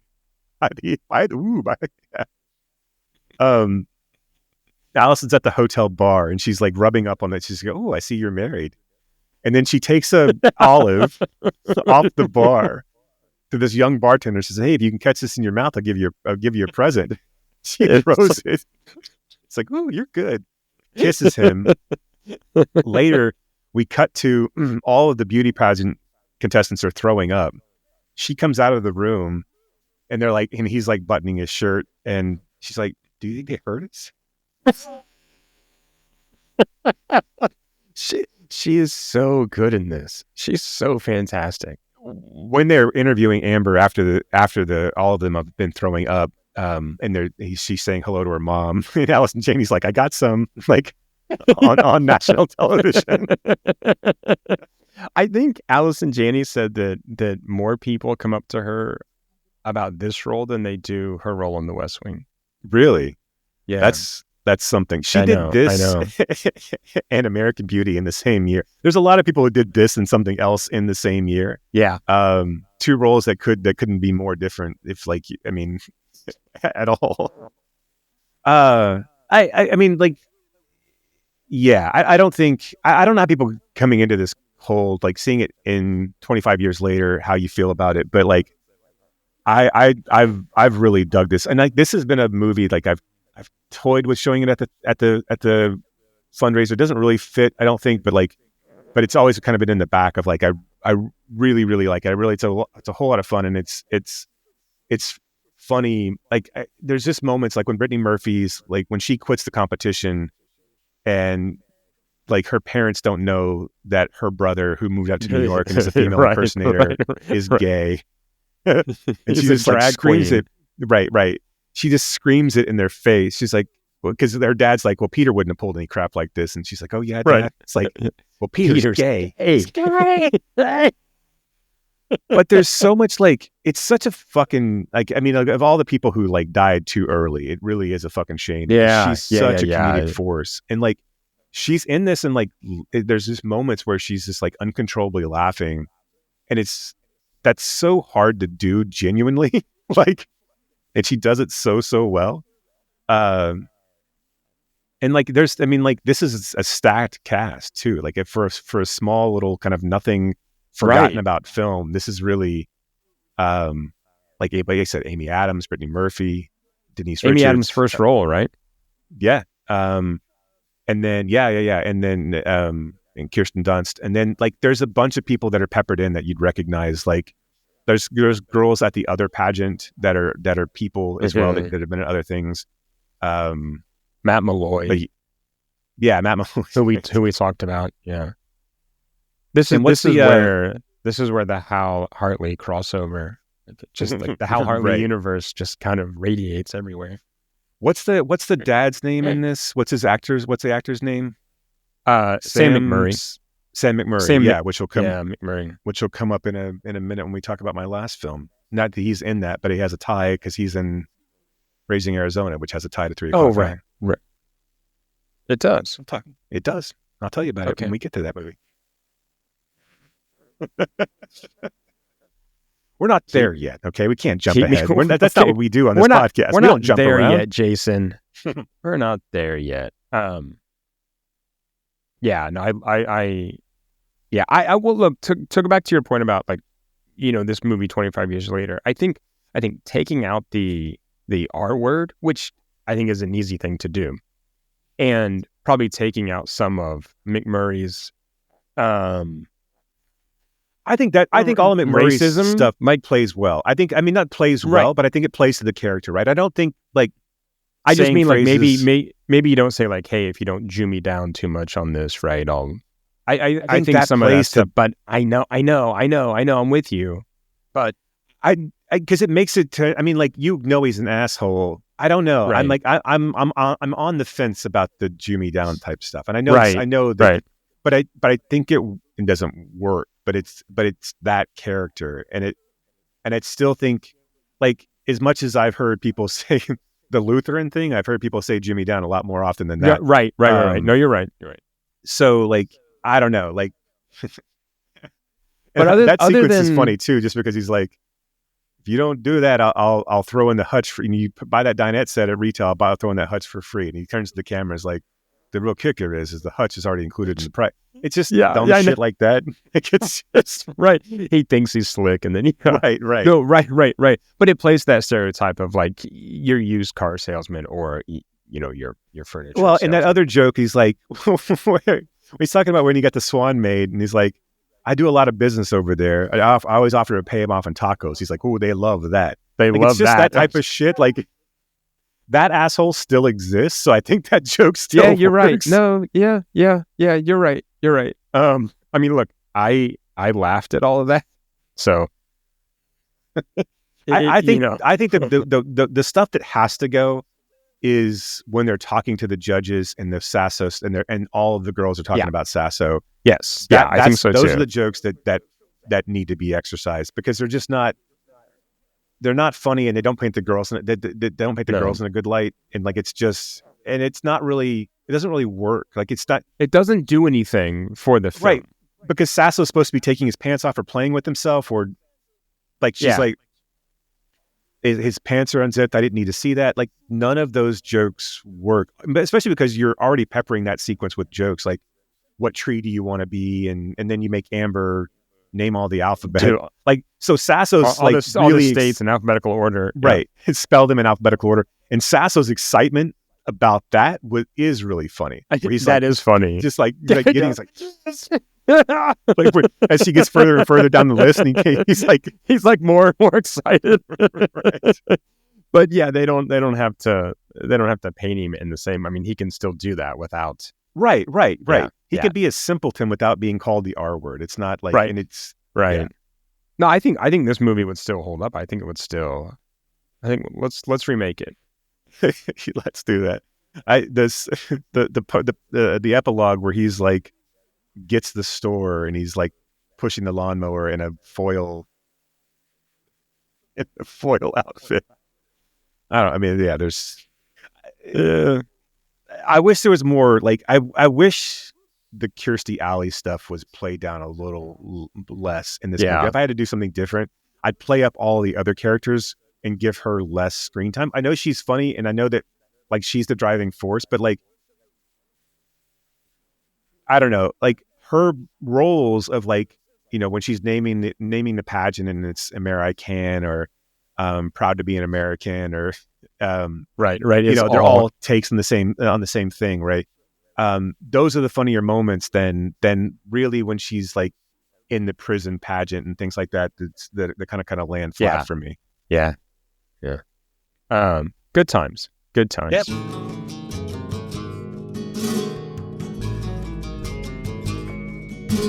Let's go ahead and move on then to Space Raiders.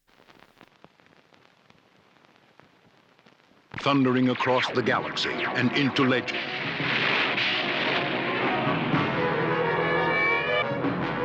The last brave starfighters who become Space Raiders.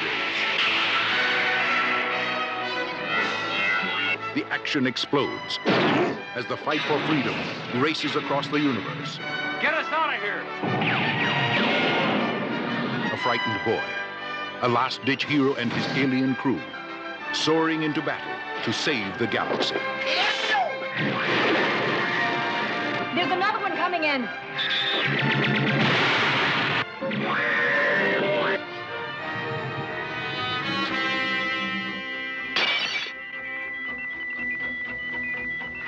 Such an appealing little boy.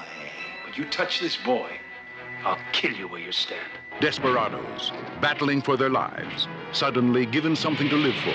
Things are always happening that we don't expect. Now, you can think of them as an ordeal, or you can think of them as a great adventure. It's the adventurers who make it. We got no retro rockets. We're gonna crash!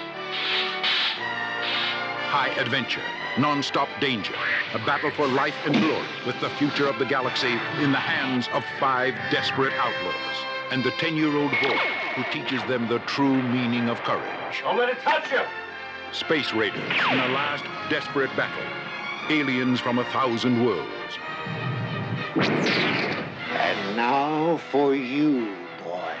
Soaring through deadly laser fire with the one boy brave enough to challenge the deadliest force in the universe. We Look, you're a kid. You're no gunner. I'm the only gunner you got. Come on, kid. Let's go get him.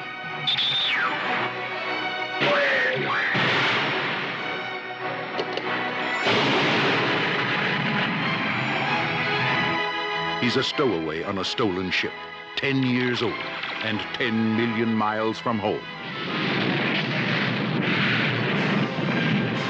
Space Raiders, the greatest adventure a kid ever had.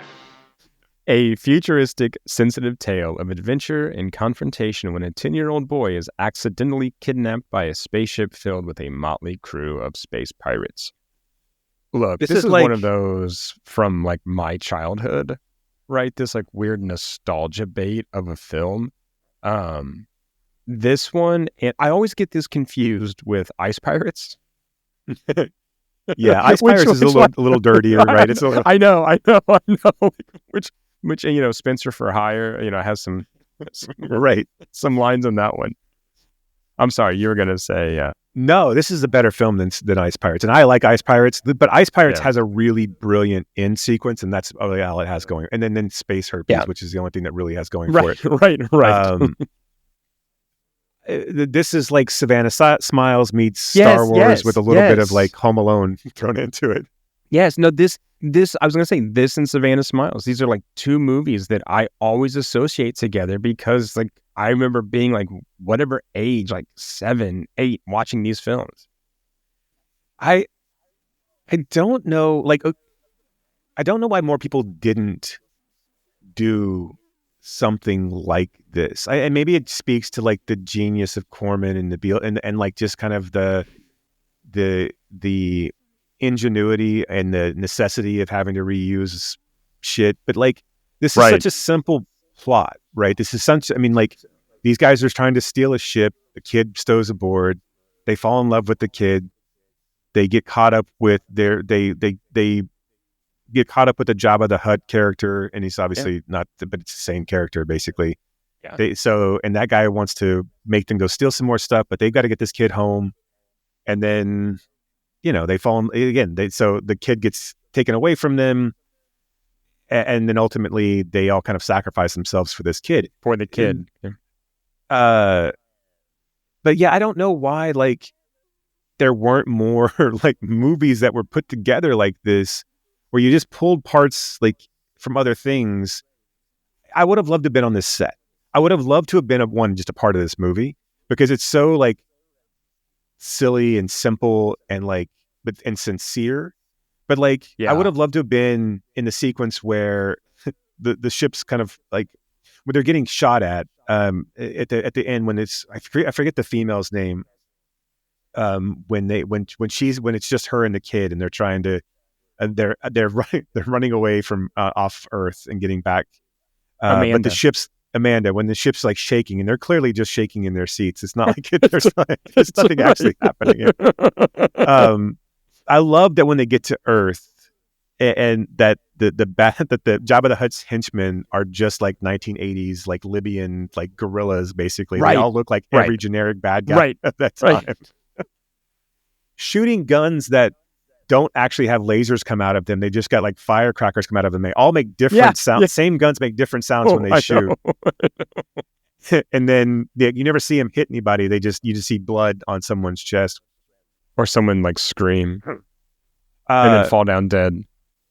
One of my favorite parts of this movie is that the bar that they go to has mustard and ketchup bottles on the tables at the bar. like in space at a bar, there's a need for mustard and ketchup squeeze bottles, refillable squeeze bottles. There's a moment after they thought that they've gotten the kid back home, and they walk through the bar also, and they bump into this guy who's building a house of cards on his table, and they knock it over. There's just like little shit like that throughout this whole entire film. Like, and there's such detail paid to, like, as much as this movie is like a low budget, nothing film, like the makeup work is actually really solid. Really good. Like the character work, like it never feels like they skimped on, like, you can always see the mouths move. You can always hear what people are saying. Like the mentalist that I think he looks great the entire film. Yeah, You mean Flight Plan? Yeah, Flight Plan, yes. And like you can, I don't, obviously this is the same ship as Battle Beyond the Stars, and like, and obviously like a lot of this, the same music. But right, I mean, like this seems like you've probably had to film like maybe 50 minutes of stuff, and then cull together like a bunch of other stock footage stuff from that, and then throw in some shooting special effects, and you've got a movie, right? Yeah. I'm the only. I mean, there's so many, and there's also just so many great lines in this. Like, I'm the only, I'm the only. What is it, gunman you've got, or gunner you've got? Yeah. And like, kid, you don't buy rings. You either got to find them, you got to steal them, or someone's got to give them to you. Like, what the fuck is that? I don't understand. I know. And like, why is this guy wearing those rings? Right. Peter is with these space pirates, these space raiders, and he's like, he gets onto this ship because he's trapped this bug essentially, and these guys are trying to steal this ship, and he's at this location, and then the fighting breaks out, so he stows away on the ship to get away from the fighting, and then they take off in the ship, and then the only thing that doesn't really like play out is that the evilness of the home planet where the kid's from, and the woman who's like, right. Like, you could have just gone with the Jabba the Hutt factor of it all. You didn't really need to have like some otherworldly bad guy that's like bigger than all of them, like corporate overlord kind of a thing. But to fault this film for that seems really kind of like cynical and sad, because it's such a fun movie. And like Peter, like that guy, I think is like, he's the same kid in Over the Top too. Like, and like he doesn't really like, he goes off and does. I mean, he's not like. I always get him confused because I thought he was the kid also in the Twilight Zone, the movie, where but he's not. That's another kid. That's Peter Lick. Right. But yeah, that kid's got just a great like moppish like 80s look to him as well. like I don't know why that kid wasn't like in every like sitcom and everything that was coming out in that same time frame. Yeah, I think he's a little creepy, but do you? I know he's a kid, right? So I don't want to like talk shit about a kid who's not a kid anymore, right? But he doesn't emote real well. No. I mean, he doesn't emote real well and Over the Top either. But so I'm just kind of like, like, do I really care if you get home? No, I don't know. No, I mean, like, but a more expensive movie. This is Firefly, right? I mean, like, right nowadays, right, where you'd know, like, yes, we don't get nearly enough time with the Rogues Gallery, right? I mean, like, those guys are awesome, and we don't, and like, it's kind of brutal. Like, we open up and one of them dies, like, and a lot of them die throughout. Like, I mean, like, which they all I think do. kind of right. Well, does Hawk die? We don't see him die. He flies off, right? But he gets rubbed with the thing. He gets rubbed with the massager, with the vacuum cleaner, massager, right? Yeah, it's just like a vacuum attachment that apparently like brings people back to life. Right. It solves illness. Yes, it solves problems. I like the opening where we've got the like announcement, because we open up in this almost like warehouse. Yeah, and they're like moving cargo around, and then we've got this like PA voice talking about the robots and the ships, and like it reminds me of Airplane. And yes, yeah. I mean, especially because there are, and I can't remember exact lines, but there's funny moments within that like PA voice. Oh, right. Where we can't have that robot shooting at the people again. I mean, it's just this like nonchalant. I thought that was great. I think a lot of this, there's yeah. There's when they go to the robots, when all the robots are coming out after them, and they show the same sequence like twice, but it's, look, they're all coming over there. All we got to do is just shoot down that water tank, and this will freeze all the robots. Right, I know. You're the sharpshooter. The robots do look a little janky in this, like, but I don't think it's like, yeah. They're very soft. They're very soft robots. but I think the sincerity of this film is what makes it work over something like Ice Pirates, where like Ice Pirates is too like true. It's trying too hard to be funny. It's to be funny, right? Yeah. And like, yeah. So we actually do get a weird sense of gravitas in this, even though it is so kind of like real ridiculous of what's going on in the screen. I thought the stop motion work was really like with the moments where they paid attention to like, and where they had the money to pay attention to things, really stand out. And I think that's kind of what speaks to like Corman's like, again, ability here to produce and put people in the right spots, is that this really, really works when it needs to, and then you know, takes the cuts that it needs to take when it has to take the cuts. But like, but yeah, this is, if you were growing up in the same time frame, and yeah, this would have been a huge thing, because again, like, absolutely, because it puts a kid in the front and center, right? And this is not like, not a kid on its own, like Flight of the Navigator, when it wasn't kind of as glossy as Flight of the Navigator. No, this feels right. This feels a lot more akin to something like Cloak and Dagger. Yeah, where, yeah. You can like this would have been, you know, Henry, what's his last name? Thomas. You feel like you could connect with, like, if you're a 7, 8, 9, 10-year-old boy watching this, like, oh, well, that's what I want. I mean, like, I want to go off on an adventure with these guys. This kid's got uncaring parents, and he's going off and doing all these cool things, and they trust him to shoot rocks, to shoot asteroids out, and like, and to kill people in spaceships. Right. I mean, this kid's gonna have a ton of trauma, like space trauma, as he gets for sure. older. A lot of his early friends died. Like, he's got parents that don't really watch after him. He's kind of on his own, and the only friends that he's known to this point, besides the bug, which he let go, are people who have died. Right. There's a whole, like, again, there's a whole Home Alone sequence where this kid is off of this planet that evidently has money, so they all want to ransom him, and so there's a Joe Pesci crew that comes in. The wet bandits come in there to kidnap him for a minute too, and then he escapes their ship as it gets blown out of space as well.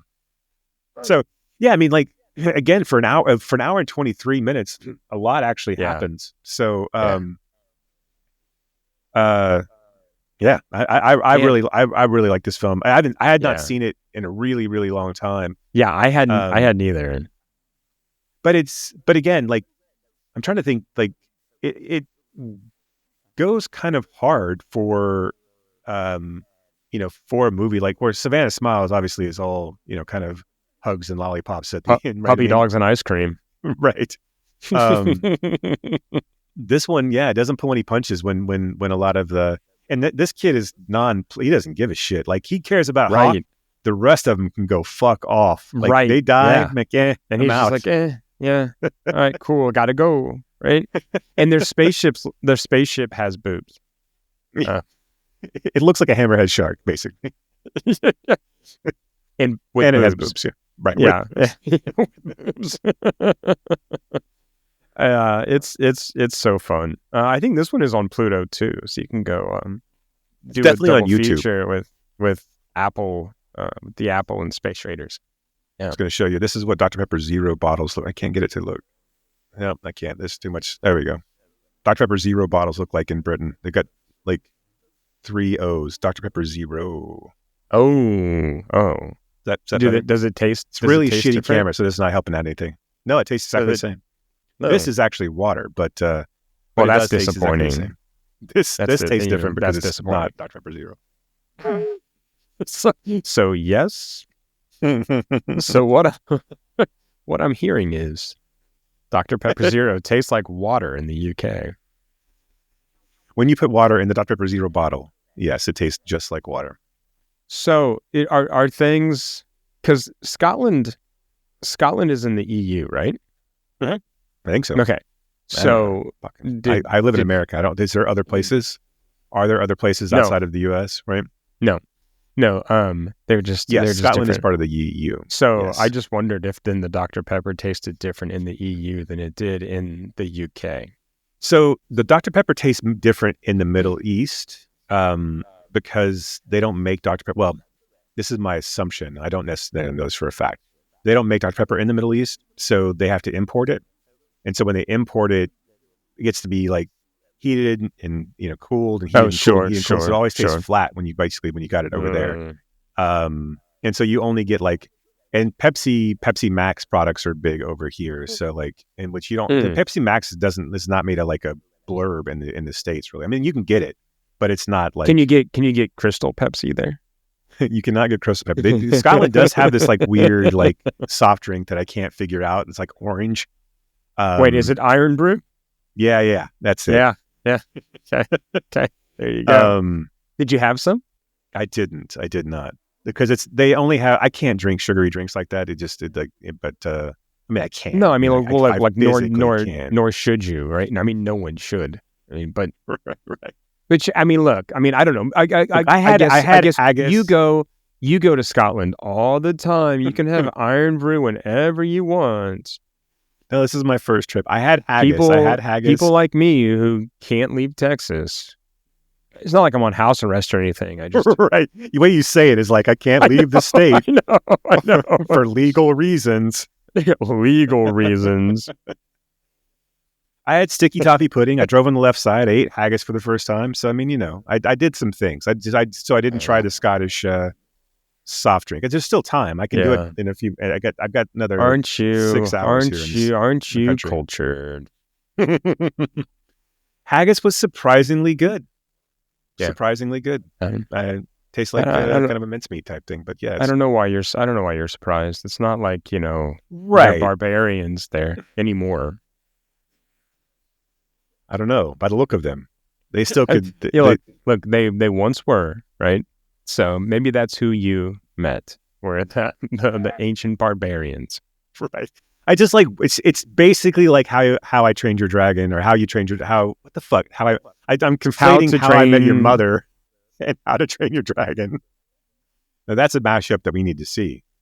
No, is it? No, it's not. This is like the entire time I was How to Train Your Dragon. I was just walking around with Gerard Butlers everywhere.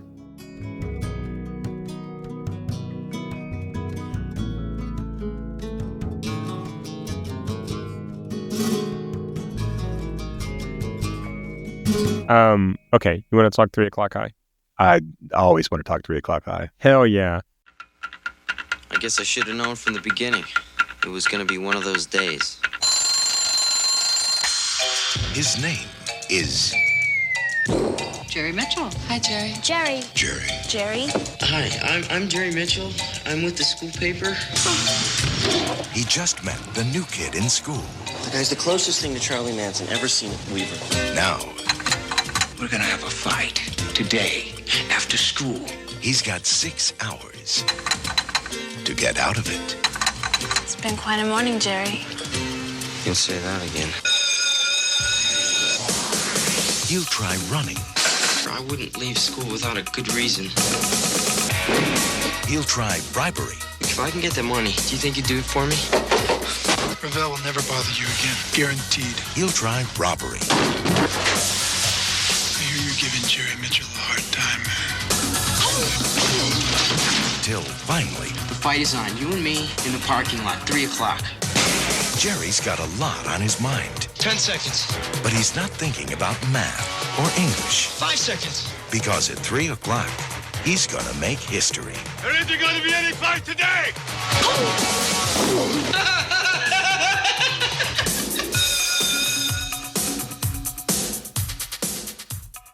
Okay, 3 o'clock high. Mild-mannered Jerry Mitchell gets into hot water with quiet bad boy Buddy Revell, who challenges Jerry to a fight on the grounds of their high school after the school days end. I fucking love this movie. So here's the thing. So this came out 87, right? Mm-hmm. Okay. So like a year after Ferris, but around the same time as like all of those teen movies, like Pretty in Pink and 16 Candles, all of those, right? But like I would have been like 8 when this came out, and not going to see this movie, right? And even if I do, it's not going to resonate with me as an 8-year-old, right? But I didn't see Ferris Bueller at the same time either. But that movie had such a kind of long tail and sort of like its own like legend, right? That you see that eventually. The same thing with like Breakfast Club and 16 Candles and all those movies. But this one didn't have that kind of like myth creation around it, which is a shame, which is a real shame, because this movie is so good. It's so, I mean, I said to you last time, like there is like no fat on this film. It just goes. And then like, it just never stops. And I think it's this really, I love the depiction of like the ups and downs in this one guy's life, right? But like, why isn't it more popular? Why isn't it talked about in the same way that like Ferris Bueller's Day Off is? Because, well, I think a few things. One, like the reviews were pretty bad. Like, and I think everyone who reviewed it, and this is like in Ebert, when in his review, comes off like an asshole, and like in a lot he of times calls it a Ebert, stupid premise, right? Like I never wanted to get in, like he starts off with like, I never was interested in getting in a fight in high school, and now that I saw a dumb movie about it, I'm really not interested. I'm like, yeah, okay, I was this never character really wasn't interested in getting into a fight in high school. I just feel like everyone, like, I feel like everyone that reviewed this, like that reviewed it negatively, and because I mean, if you don't like this movie, that's fine, but like to call it out as like well, a lot of people didn't like the camera style, so that was the other thing that people were like focusing on, of like, this is all flash rather than actually any substance to it. And look, this movie doesn't have a lot of, I would say, necessarily substance, but this is a better version of Ferris Bueller. This is a better. Say, like, does Ferris Bueller have substance? No. I mean, like, right. But Broderick is winning, right? I mean, that's really about it. And I mean, like, yeah, but he's the villain of that movie. Oh, sure, he's absolutely. An asshole. He's the asshole of that film, right? And that's the wrong message to take away from Ferris, right? Is that we all want to be Ferris, right? Right. But so yeah, it gets poorly reviewed. But Steven Spielberg produces this. And took his name off the fucking credits. Yeah. And I think he fucking kills it at that point, right? If this had been a Steven Spielberg produced film, this pushes it into the John Hughes pantheon of movies that people continually fucking talk about. And like, I think, you look at the IMDb reviews, and especially for something like this, like, I think that speaks volumes that this is a 7.1 still to this day. Right. And that, like, and so I think that this does have legs, and I think the people who've seen it and who have loved it, and who come to it now, do find it and still and really, really like it. So the carryover between this and Raising Arizona is that Raising Arizona came out the same year, but they both were the cinematography was Barry Levinson. So Barry Levinson did this and Raising Arizona. And so that's why all of the why all the camera movements look just like they do in Raising Arizona. Yeah. Right. Because this is him. If I would have done some fucking research for this podcast, I probably would have known that. And this is another movie that I've like toyed around with showing as well, and I really, really love this movie. You're Barry right. Barry Sonnenfeld, not Levinson. Oh yeah, I'm sorry. Yes, you're right. Thank you for correcting me. No, it's yeah. That's what I meant. Yes, Barry Sonnenfeld. Yeah. Men in Black, not Diner. Yeah. It has all the trademark camera moves that Diner has. Shot reverse. That one sequence that's just still the entire time when they're in the diner. Yeah. That's I've never seen that since. That camera movement. But it's late here. It's 2:00 in the morning, so you'll forgive me for and I'll get the names wrong for when it's not 2:00 in the morning. So you picked the time. So, but I think also, like, if you look at like, I don't think it has big names either. Like, all the big names in this are Tambor and Philip Baker Hall and like the really smaller characters, small parts. Yeah. Seismesco really never hits. Like, he toys around with it and never really, besides Young Guns, never really does much. And then Vice and Men, but like, I mean, that's not a needle mover. But that's is the guy's name Richard? Small roles in Back to the Future. Richard Tyson, who should have been fucking huge. Like, that guy, like, he's so fucking good in this. And like, he does Farrelly Brother films. Like, he'd pop up in Farrelly Brother films, but like, Kindergarten Cop. Yeah. If if you had asked me in '87 what person you wanted to look like, I would have Him. picked Richard Tyson. Like that when he shows up in that fucking like flannel, like the actual flannel shirt with the t-shirt over it, and like the faded jeans and the beat up leather jacket and that fucking hair, I would have been like, that's the guy. I want that entire look. That's who I want to be right there. Yep.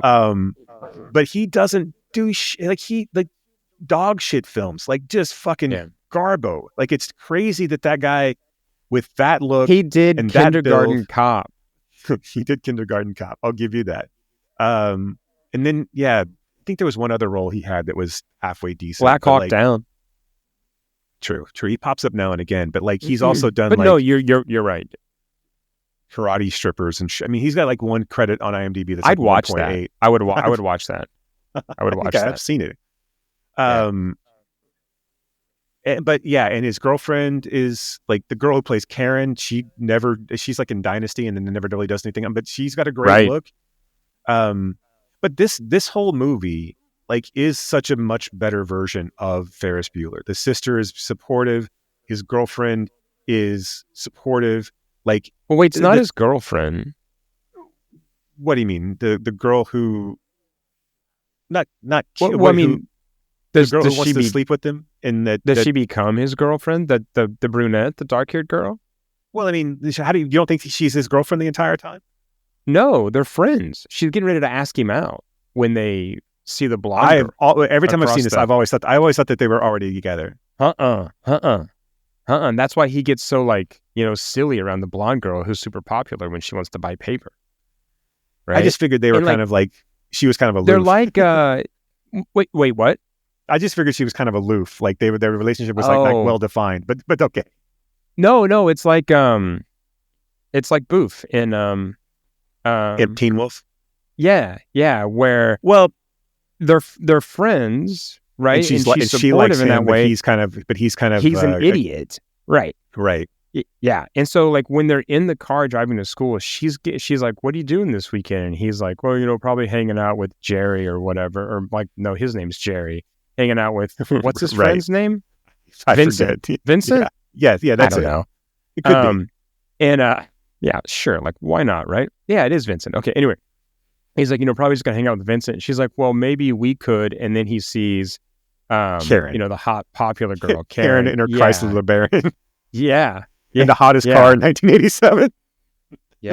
Yeah, absolutely. And he's driving like a Chrysler station wagon, right? So I think, towards the end, right, they do have that moment where they share that kiss, and it kind of looks like that's where it's going. But I love like this. I love how the like the rumors change and spread in this film. I love it so much more than I do in like Ferris Bueller, right? I mean, I think it's such a more like cohesive and interesting way to do that. Well, and like it goes from piece to piece to piece so well, right? And I think in some of the reviews they were talking about how like none of it made like sense, or that like, it all didn't play. I mean, like, but it all works. Like so Buddy Revell shows up to the school. He gets the assignment to write a piece on him. He touches him. Buddy Revell's like, I don't like to be touched. We're gonna fight. You made me angry. I got to do something to work it off. We're gonna fight at 3:00. Don't try to run. I'll find you. You go home. I'll be under your bed. And so like then he immediately, because he's never fought before, he starts to try to get out of it, and of course the whole school knows about it, so now he's got to figure this out. His buddy Vince tries to plan a knife, but then he has cold feet about planning the knife. He tries to go get the knife and the note back. He tries to leave school, but Buddy's already found the knife in his locker and sticks it into his mom's car and cuts those spark plug wires, right? So he can't drive away. Then he calls, he pulls his friend pulls the fire alarm so he can hire the football player to beat him up for him, and the football player gets his ass kicked, which is, I think that's one of my favorite sequences in the movie. He breaks his finger and then punches him, and all those books start falling. But that moment, I don't like, this is a first time director too. Like this guy only goes on to do like YouTube videos at this point. He does lots of videos. But he does some actually. Doesn't he do final analysis with Richard Final Gere? analysis. Yeah. Not, So he I does mean, some- not he that does that's some- like the paramount of cinema, but I just, But he's not untalented. But it's what's funny is like he's the same age as Buddy Revell and Tyson and Size Mesco when they're making this movie, which is pretty crazy actually. But like that reveal when the last book shelf falls and Jerry is standing there with his buddy just looking at them and they kind of like walk away. I think that's a great scene. It's so good. There's so much of this that like, going back to the plot, the football player gets beaten up. He has to go in and before that he has to go in and steal money from the bookstore that he works at to pay off the football player. There's a whole sequence when he goes out to his car where he gets pulled into the principal's office. Mitch Pileggi, who's the in security Shocker. guard. Great look to him too. Like, and then the principal, then Philip Baker Hall and Jeffrey Tambor, who's the student, the teacher that helps run the bookstore, and then Philip Baker Hall, who's a juvenile cop or a cop who focuses on juvenile offenders, comes in and does the perfect Philip Baker Hall impression to like scare Jerry into like him investigating him. Yeah, then he tries to get put in detention. So he goes and does a book report on a pornographic book, which is just a great sequence. So good. It's a good. good And, read. I don't know who the teacher is, but she's great in that scene too. The way that she just like progressively gets kind of like more and more hot and bothered by him. And What's he your walks in, he's favorite like gonna smoke a cigarette. Clearly he's never smoked a cigarette before. Right. He's got those sunglasses on. When they filmed that was going to be the only sequence with them, and then after they did test audiences, the test audiences wanted to know what happened to Miss Farmer, and so that's when she comes back at so if you notice, like there's a ton of kids in the bookstore. And then when you see Miss Farmer, like you don't ever see any other kids around her. It's just her and Jerry like kissing again, essentially. He passes out when he kisses the teacher. He gets taken to the nurse's office and it's like, hey, did I get sent to detention? What time do I need to show up to detention? She's like, oh, you didn't get detention. In fact, Miss Farmer said she wanted it. Her book report was the best she's ever heard. And if she wants to talk more about it, and if she don't get back to her class, here's her number. Please call her after school.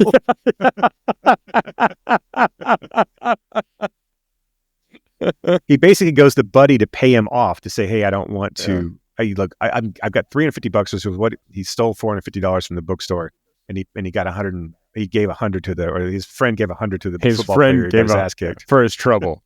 Right. So he goes to pay Buddy Revell $350, and Buddy Revell's like, "You're the biggest pussy I've ever met." It's like, you didn't even try. It's like, how does that feel? Yeah. And then he has a turn of heart and says, "I'm not a pussy," and touches him again, like we're gonna fight. And then they fucking fight, and then and his friends come in, his girlfriend, his girlfriend and his friend jump in, and I love that it's not Tambor who is the principal, not the principal, but who's the guy who says. No, it's don't fuck John this P. Ryan. Right. Yeah, it's John P. Ryan. But what was who was he again? So he was a teacher, I think, but it seemed like a teacher that they all kind of gravitated to or had like a lot of respect for, or maybe he was like a vice principal. I don't know.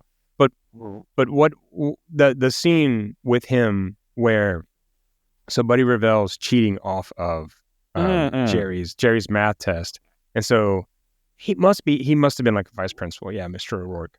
And so they have to go to his office, and Jerry's like, no, he was cheating off me, right? I wasn't cheating off him. And, or otherwise, however they say, right. But like, Jerry was like, I was totally lost. And like, yeah. And he makes Buddy come up and do the answers on the chalkboard. And he knows them all. Right. He's like, you knew the answers all along. Like but that's what I love about this character, right? Is we get that moment and it's like, oh, okay. Like this guy, he's capable of doing whatever he wants. He just wants to be this guy, right? Right. Yes. There's that. I just love the whole, I don't like, when he's talking about, when Jerry comes up to him the first time and he's like, I'm going to do this little piece about you, and he's like, or this stupid little piece about you, and he's like, I don't like people knowing about me. Why would I want to look stupid? He's like, oh no, you won't look stupid. Like the piece is like, the piece is stupid. Tyson's so good in this, and so when they fight, and obviously this movie, how this movie's going to go, Jerry's going to win. He grabs the brass knuckles and knocks him out, and Buddy Revel's had brass knuckles throughout this entire thing. Puts him on, is about to hit Jerry, and who is it? His friend Vince comes in, right, and jumps on him, and that's when the brass knuckles fly away. Yeah, and so then his sister picks him up and hands him to Jerry. Yeah. And so Buddy comes in charging really hard to punch, which is I love the whole, like, all the sequences of this fight's kind of dumb because, like, Buddy's like really not really good at fighting. He's kind of a Tyson-esque fighter. Like, if it doesn't happen in one punch, it's like. And Jerry, to his credit, can take a punch. Like, he's doing pretty well with taking a few blows. Yeah. For a kid who's never fought before, he can take it. He's got a pretty strong chin. He also understood that he had to, like, hit first. He had to go in there and, like, right. But there's this moment, so Jerry wins the fight, but there's still a matter of $450 that's been stolen from the bookstore, and they still suspect Philip Baker Hall suspects it's an inside job, so they suspect it's him. And so, but everyone from the school is so impressed with Jerry that they go and start buying pieces of paper for $1. And then Buddy Revell comes in and gives Jerry back the $350. He confronts him and, like, has $350 in his balled up fist and drops it. There's a moment where Tyson, like, very, very subtly, like, kind of smiles at Jerry, like, either like that. I don't usually get challenged like that, or like you finally, you stood up. Like, I get there's a little modicum of respect there beyond just giving the money back, and also maybe killing the mythology around Buddy Revell a little bit too, and helping him out in the long run. Yeah, right. Because he doesn't like people knowing about him. Right. I think that whole piece, like, that's what makes this movie a better Ferris Bueller, right? This, like, not just that, but I mean, like, all of it added up together, like, because one, this has the Sonnenfeld, like, surrealist elements to it. So there's a lot of the, like, kind of neo-Gothic, like look and feel for, like, in the principal's office, and like when you, and like the camera angles from above, and like the Nazi war crime books on the desk, and like Large Marge being the school, his secretary, and like there's just so many, like, little moments like that are Raising Arizona-esque, right? Yeah. But, like, done in just kind of in a little bit of a different twist.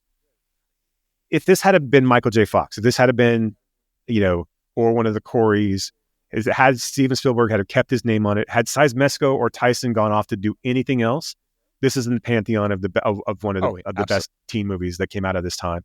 And absolutely, it just fell in the cracks, and it's crazy that it did. And it's so dumb. It's got a great poster. It's just got a great, like, from the opening sequence, it's got a great soundtrack, and like Team the opening Dream sequence Dream. It's amazing. With that opening sequence where he's just going in and getting the getting ready for school, right? And then, like, and he's overslept his alarm, and he's microwaving his shirt, and he puts in the Pop-Tart with the microwave shirt, and he's like, looking over at Karen, and he runs through the red light, and then does the 720 in the station wagon, and they're all just kind of like, all of their reactions to it are just like, it's gonna be one of those days, huh, Jerry? And like, but there's no cynicism to this film that there really kind of runs through in Ferris, right? There's no, like, and I know that Ferris is not really cynical, but it's this kind of like, fuck you against the world. Like, this is like, Jerry exists in this world. Everyone kind of exists for Jerry. And I don't know, there's something that's to be said about that. That's like, the only bad guy in this. I mean, like, there's people that they're questioning. I mean, the adults question the youth, but like, but even Revell is not really a bad guy in the sense that he's just, I don't know. I really like this film. And I think Seismesco and Tyson are great. They're great together. And I don't think that there's really, like you said, there's no fat on this at all. It flows so quickly. Yeah, it's just and the Sonnenfeld aspect of it, I really think notches it up a little bit, ratchets it up a little bit to make it that much better than what we were seeing out of like Hughes films. Like this isn't even like rank in with like things like License to Drive is more popular than this, and that's right. That's fucking crazy. And wasn't even something like Summer School around the same time? Mm-hmm. It would have been the same which year. Which I know, yeah, a little different, but still like. Right, but I mean, like if you're talking about like the prime era for, it's weird that this happens to be the one that it's not some sort of like ridiculous sex-driven knockoff, right? That kind of has fallen by the wayside, right? Because I mean, I can understand like things like Ski School or shit like that like and actually funny. I think Ski School is actually pretty funny, but I haven't seen it in a really long time, so I don't know how it holds up. But I remember liking it when it came out. But like things like that, okay. So if you take it like films that kind of like that didn't really reach, like something like Morgan Stewart's Coming Home or Welcome Home, Roxy Carmichael, or there's a few other ones, Life of Light and Jimmy Reardon, that kind of were in that same vein that really kind of like are nobody remembers, right? This feels like it shouldn't. This one definitely shouldn't be one of those, and unfortunately, it feels like it is. Right. No, I had such a fun time with this movie. Like I said, I don't know why. Well, I mean, we just talked about it, but I mean, I just think it's a shame that it never came across my attention before now. And like, I mean, Spielberg adds his name. Isn't Spielberg a producer on Teen Wolf? I mean, like he adds his name to other shit. Yeah, like, he's on a ton of stuff. Like, and it's not like, and so like he did this to Fandango too, which I mean, maybe kind of feels the same, but I don't feel like Fandango really would have like ever crossed over into that, because it wasn't quite Animal House, and it Fandango feels right where it needs to be in regards to how it's regarded and how people remember it, etc. It feels like a Diner type film, but it's not quite as good as Diner, right?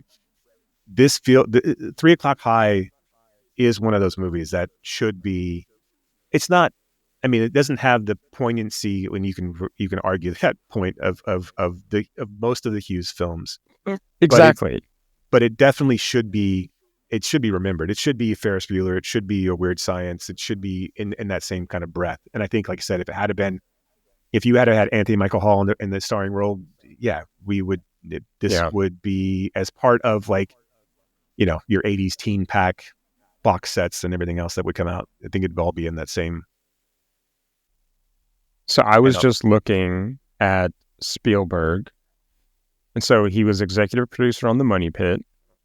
He was uncredited on Harry and the Hendersons, executive producer on Inner Space.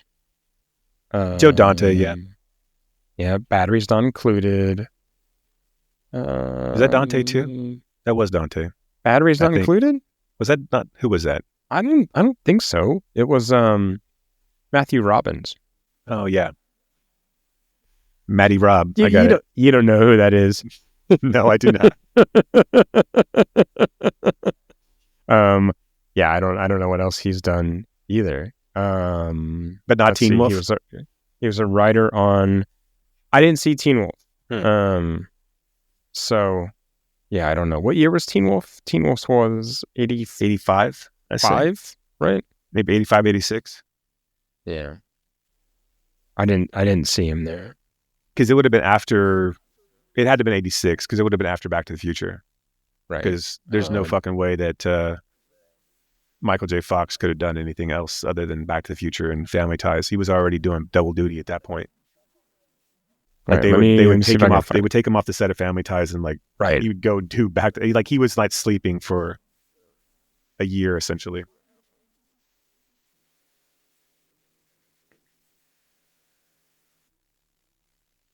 Back to the Future 2. No, I'm sure he's not then. Yeah, but I mean, and to be fair, like I mean, again, Jay Fox was a big enough name at that point that Teen Wolf was going to be a huge hit regardless. Yeah, he did executive produce Dad, though. The Ted Danson. The Ted Danson. Mm-hmm. Yeah. Mm-hmm. Yeah.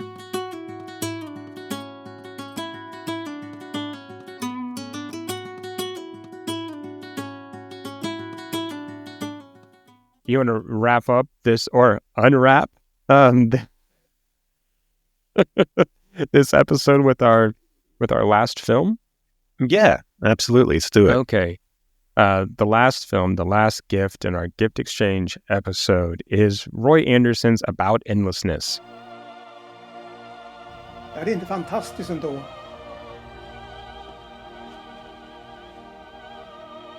Vilket då? Allt. Allt. Allt är fantastiskt. Jo.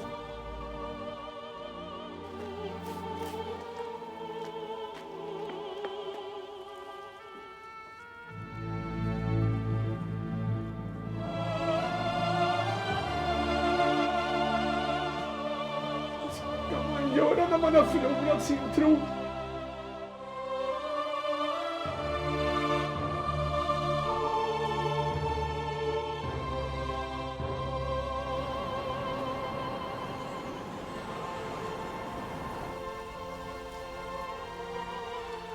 Det är redan september.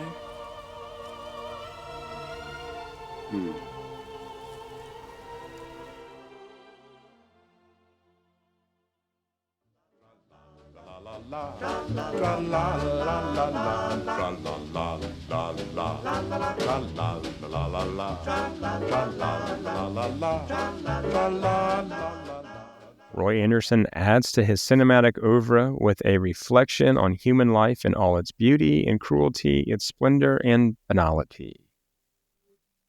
That's about it, right? Had you seen this before? I had not. No. Okay. This is my good. first. Yeah.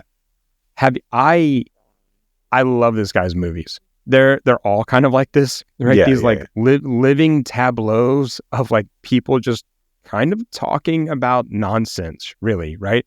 I mean, it's like a weird mashup between it's like melancholy Monty Python kind of. Yes. Yeah. But everybody has these like zombie white pallors, right? They're all like these like pasty like, white people, and they just talk about. I mean, what's the scene like where like the dentist is working on the guy who won't take anesthesia or like painkillers? He's definitely afraid of needles. Right, and then like you see the dentist like later in the very bar. upset with them because he keeps saying "ow" when he's yes, has a toothache. yes, he just gets like mad. Yeah. And the next sequence is he's at a bar and the guy's just like trying to explain to everyone how beautiful a snowstorm is, essentially.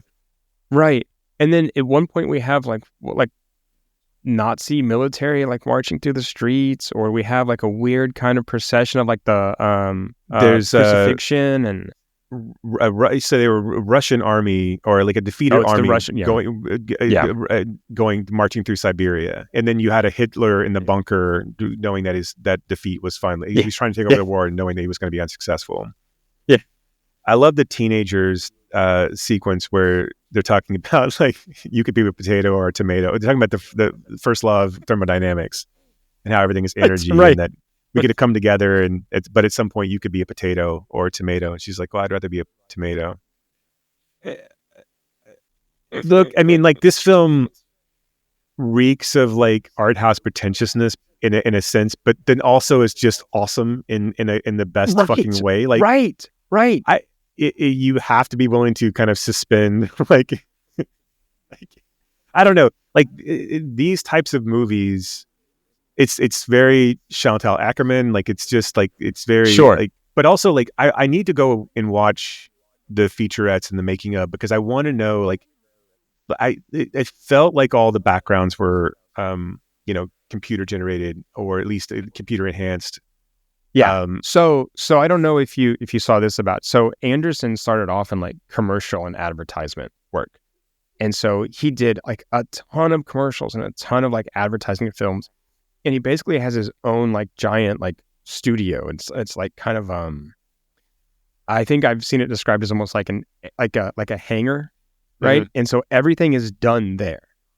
And so, part of the scenes or some of the scenes are constructed and painted and built, and then others are green screened. Yeah. So like but I mean, they're colorless, all supposed to exactly right. a And they're all colorless supposed to IKEA, look, basically. yeah, right. And they're all like supposed to look manufactured. I mean, none of this is supposed to like really represent verisimilitude. It's not, What I find so compelling about this is that, like, in certain sequences, as they go on longer than you think that they're going to go on, you find yourself wondering, like, what the people are thinking, and then how the people got to the conclusions and the actions that they did. Specifically, the one that really stuck out to me was like the girl. I see a woman who getting off a train thinking that there's no one there to pick her up, but she's wrong. And that moment where the guy comes in and grabs her bag, it's almost like that guy's does it like it like there's a small subtle smile, but she's like angry with him for not being there when she arrived arrived at the location. But then she smiles when he's there, like very like subtly smiles up. It makes him kind of work for it. I don't know, man. I don't know. It's so good and so beautiful and so pointless all at the same time. right. I mean, it is like absurdist humor at its best, because it's this like weird funny, but you don't really laugh, right? And if you aren't paying attention, you miss like kind of the brilliance that's there. Right. And you feel like it could go on forever, or it could stop at any time. Like, but the sequence where, the recurring sequence of the priest who's lost his faith. Yeah. The final sequence where he comes to the doctor and it's like, I got to see you. What do I do now? What do I do? And he keeps repeating it over and over again. And the doctor's like, I've got to catch my bus. I've got to catch my bus. I have to leave. And his receptionist is walking close. They keep walking closer and closer to him to push him out the door. He's like, I'm going to miss my bus. And he's like, well, maybe he'll leave soon. Like it was just like, I was like really I was laughing a lot at that one. But I mean, like I don't know. It's impossible to explain. And it really is. And other than to say these are a ton of 30-second to 2 or 3 minute vignettes where people are saying, I see a woman, I see a man, I see a child, I see somebody who's doing X, and that's what plays out on screen. And it is a lot of times for the most part emotionless, or at least there's not like, you're not getting any other information. There's a lot of stuff that's going on that either does or doesn't have any effect on what's actually playing out. Right. The sequence where the guy comes in is like, I see a man who's lost his way, and he comes in and he asks that woman if she's a certain person, and then her friend comes in with the 2 beers and kind of looks at him, and he looks around and like then walks off. I think it ends perfectly. I think that one with the guy with the car problems, and he's just like looking around thinking, what the fuck am I going to do? Like, I mean, he's out in the middle of nowhere and he like looks around twice. It was just so great. Here's the question I have for the filmmaker is like, when do you know when to stop? Like, in what sequence is there does the sequence matter? And to him, does the sequence matter for these items? Because at the halfway mark, really, or a little bit before the halfway mark, you get the couple floating over the which you I guess assume that's the maybe the couple that's seeing everything, right? That's looking over a city that's in ruins. And the couple we see at the beginning, right on the bench. Right. But yeah, I mean, it's so visually striking and so interesting, and like it's so compelling then to like get a feel for the backgrounds. Like you find yourself constantly searching the screen, even though you know that nothing's going to be explained, just to pick out details and things that kind of stand out to you. Like, and again, like, does the position of a chair matter to the director in this case? Is this Kubrickian in a way where like it's where like everything is meticulously placed, or is it just like how many takes of a scene did we give a shit about on any of these? And I've never, because I've seen, songs from the second floor, and a pigeon sits on a branch. And the other one I can't pull up right now. But anyway, so, and I've wondered about that, but I've never looked into like a making of these films. But I have to imagine that as far as like the scenes, or as far as like the living tableaus, I would imagine that he's probably pretty meticulous about where everything is, because everything seems so composed, right? I mean, very much like a painting, right? I mean, like a like a classical painting. Or have you seen the the Bruegel paintings, like and how I mean, they're like almost like Where's Waldo type paintings, right? But they're like fine art, and like the more you look, the more like things kind of pop out, but they're all there like for a reason. And I have to think that like a position of a chair matters to this guy, because everything it just seems so stationary too, right? This question about like sequence and when are you done? I mean, that's another question that I think plagues artists and writers and right. Of like when do you stop, or how do I move this paragraph somewhere where it has more impact, right, to the overall piece. And I tend to feel like a lot of that is just feel. I mean, like, this, I see how this connects more to this rather than where it was before, or there's an echo between these two scenes, these two vignettes where there wasn't before too. But I mean, who knows? Maybe he like meticulously plans those out as well. But even then, you have to think that stuff gets moved around. Right. And it could be his workman as, well, I need it to be this length in order to get played into theaters. So I'm going to have to add a few more sequences here. Yeah. Right. Or drag these out a little bit longer. Because this was what, like just under an hour and a half? It was like an hour. Well, it's an hour and 11 and then credits. Okay. So so it's like, I think like if you look at the file, it's like an hour and 16 minutes long, maybe an hour and 17, something like that. So it's not it's not a lot. Yeah. But there's so much there. There's just like so much there.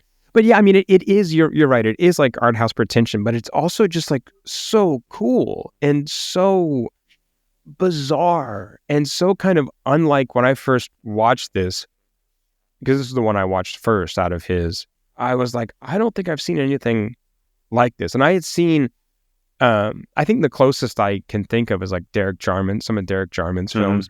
Yeah. But even those don't have the sensibility that this has. I mean, like this is a film that like takes itself seriously and at the same time is just like making a joke. Right. I mean, it's to the point where if it had have like spiraled out into like Python-esque nonsense, like I don't think I would have been overly surprised. No. If like a chair had fallen over and it revealed that the chair was just a piece of paper that looked like a chair that was placed, I would have right. Or someone like walked through, like, like a dog was walking backwards or something through a scene. I would have been like, oh, okay, well, this all makes perfect sense. Right. Yeah, I don't know how to describe these films to people. He was a literature and philosophy major at university, which like totally makes sense, right? Just completely fucking makes sense. Right. As you watch these, yeah. We in Edinburgh at the top of Colton Hill, which kind of overlooks the city, there was an art installation that was up there, and they were like, it was in 6 pieces, and we didn't see all of them while we were there. And it's very much like modern art, like it, and audio visual art. Mm-hmm. And one of the ones we went into was just like electricity, like sounds going through a drain and like a shower head kind of thing. And then it was bizarre. And then one we went into, but in both locations there was somebody positioned, and there were 6, and we couldn't find all of them, and we kind of lost interest after that. But there were 2 people stationed in each one of them. And I didn't really know if they were the artist, and I wasn't really comfortable talking to them about that, but I should have. But one of them we went into had experimental film going on, and it was it was exactly how you picture it. I mean, it was a projector on a white screen, but which is how all films actually work. That's not what I'm talking about. The experimental that's exactly film how I pictured it. Yes, right. The experimental film was a woman in a a white outfit, but it looked like it had like it was fabric looking like intestines in the around the outfit. So there was like it was not a normal outfit, if you will. And they're wandering through this kind of meadow, looking at looking at leaves and making sounds and hearing sounds, and it is the most like, and then we stumble upon another woman, and then we pan out, and it's a picture of the field, and then one of the women starts playing one of the the entrails off of her dress. It was fucking bizarre, and like with the artist right there, we were like, how long do we have to stay for it where it's not insulting? And like it wasn't like boring, it wasn't, but it also wasn't like something that I was willing to. And I'd already taken Kat to see Small Things, stay for too long, and Guinea Fowl, which were like also like really, really heavy films. Like, wait, so hang on, was that at the Cameo Theater? Yes, yeah. Is that the one? Okay, that's the picture you sent me. What kind of theater was that? Because the lineup they had on the marquee was something you don't find here. Yeah, no, it was. So it's been every time I do this, every time I go overseas and I've been hitting theaters, it's just been very disheartening to head back home and realize there's just nothing. There's nothing. And that there's a community here that is supporting it. Now, these aren't like when I saw On Becoming a Guinea Fowl, it was in a big theater and there was only like 4 or 5 people there. We saw it in the middle of the day. It was so it wasn't like it was prime movie going time. But they had shown her sneak preview of Queer the night before. And then so anyway, Picture House Cinemas, it was all art house stuff. If you consider, I still consider Queer an art house film in this case, but like All We Imagine as Light was playing, which I didn't get to see, unfortunately. I really wanted to, but I couldn't take Kat to another film like that. Rumors was playing. Rumors was playing. They had a film club that did films every, I think it was once a month, and where they did a discussion of the films afterwards. One of the films they were showing on the next night, why does everyone want to be us? I have no idea. It's weird, right? Yeah. One of the films that they were showing was called Grand Theft Hamlet that I wanted to go see, and we would have gone to see that one instead of Small Things, but it was sold out. So like, because it was on a much smaller screen. So like but that one was sold out. So, but Small Things was shown as part of a monthly series as well, which was shown in this like school, the school theater, like a girls are, basically a private school in their theater that we actually showed a play to because we went to the wrong place. Because it was advertised as one place, and then when we got there, it was like, oh yeah, it's going to be over in this place. And I'm like, oh, okay, well, fuck me. Ugly Americans. I know, right? Yeah, we showed up and it's like, well, the movie already started, and I'm like, well, we're here. Like, I'm not going to like, I'll figure out what's going on. Like, is that okay? Yeah, right. You're like, it's about the Irish laundries, right? But it was just like our shit. But except they had a much better, a huge projector. Like a huge one, you couldn't move it. It stayed there. But there was a guy back there running the shit. Like it was like, and so when it was over, he just went over there and shut the stuff down. And I wanted to stick around and talk to him, but it was obviously that wasn't the thing that was going to happen. And Kat was already like, fuck you can't take me to, I now want to kill myself because I'm watching a Magdalene Sisters movie. And I'm like, yeah, I know. Right. It's right. it's a good movie though. It really is. It's good. It's very sweet for as harrowing as it is. And Emily Watson and Cillian Murphy, they're really good.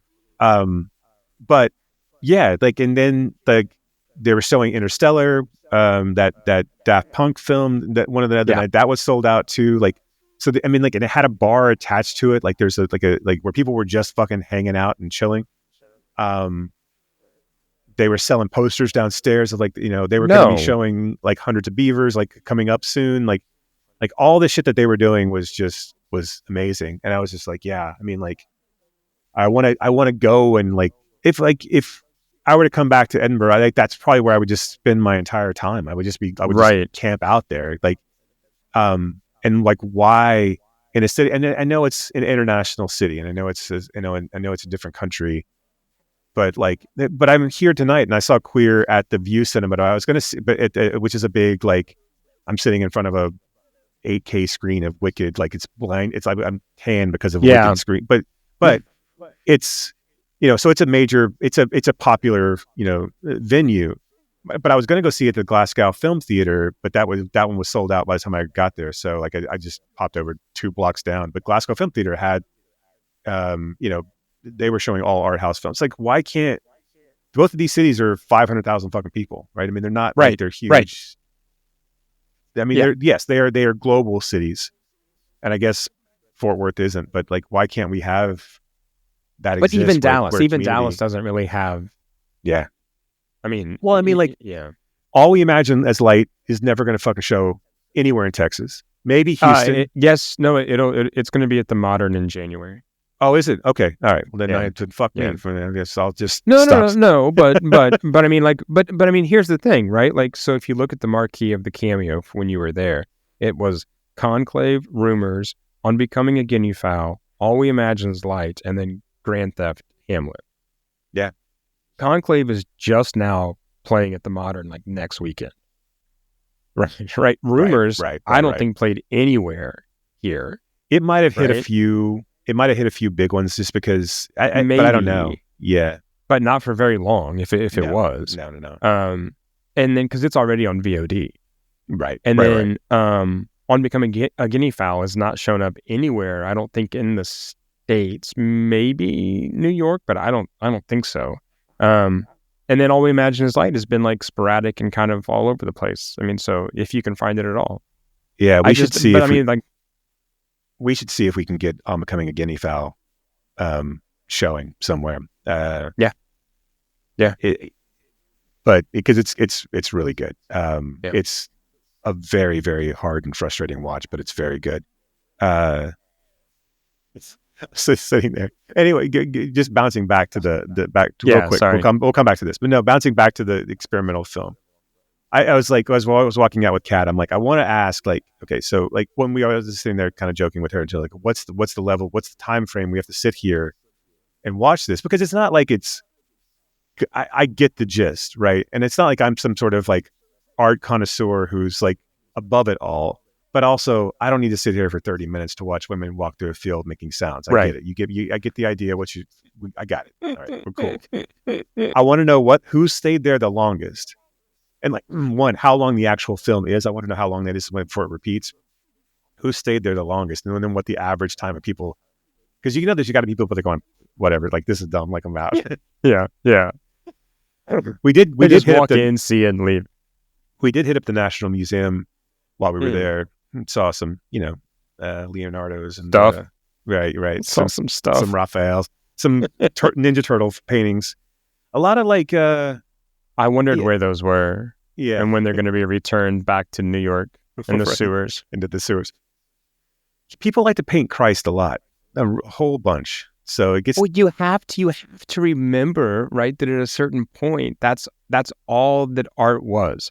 If it wasn't, that's all that art and scholasticism was. It was all based in scripture and in religion. And then even coming out of the Dark Ages and into the Renaissance, you had all of these, monks and who were being hired to paint, right, religious icon and iconography. I mean, that's all it was for so long, right? And then you had the Enlightenment that just replaced one god with another god of like science and religion. But I mean, go back to humanism before the Enlightenment, where you had to return back to like classical Greek philosophy and Roman antiquities, and then you start seeing more and more like stuff come out of that. Nobody asked for this, sorry. I did, I guess. But yeah, I mean, so for so long, that's that. If you were going to paint, that's what you were going to paint. And that was it. You had no option. That's what they were going to teach you to paint. And two, a lot of the artists, came from, again, religious orders, monks and friars. But those old illuminated manuscripts, right? I mean, those were monks sitting there, right, and writing all this stuff out by hand, and they look so gorgeous and beautiful. But again, it's more depiction of religion through art, and that You was think they ever got to the bottom of the page and fucked up and like, God, and just, you know what? Yeah. What's that? Isn't that like a Python opening? I'm sure it is. Where they talked about this like in Egypt too, where like they're doing all the carvings and shit, and if they'd fuck up, they just like we gotta sand all this shit down again. Start over. Way to go. Yeah. We're just gonna have to like skin another lamb to make these pages. All right. But yes, going overseas does make our film going existence depressing. Yeah. Just because I was just like, I mean, just because again, you don't like. I mean, because yes, Edinburgh and Glasgow both have, Wicked and Sonic 3 and all the other shit still playing here, right? I mean, there's venues for it and like beautiful venues for it, but like,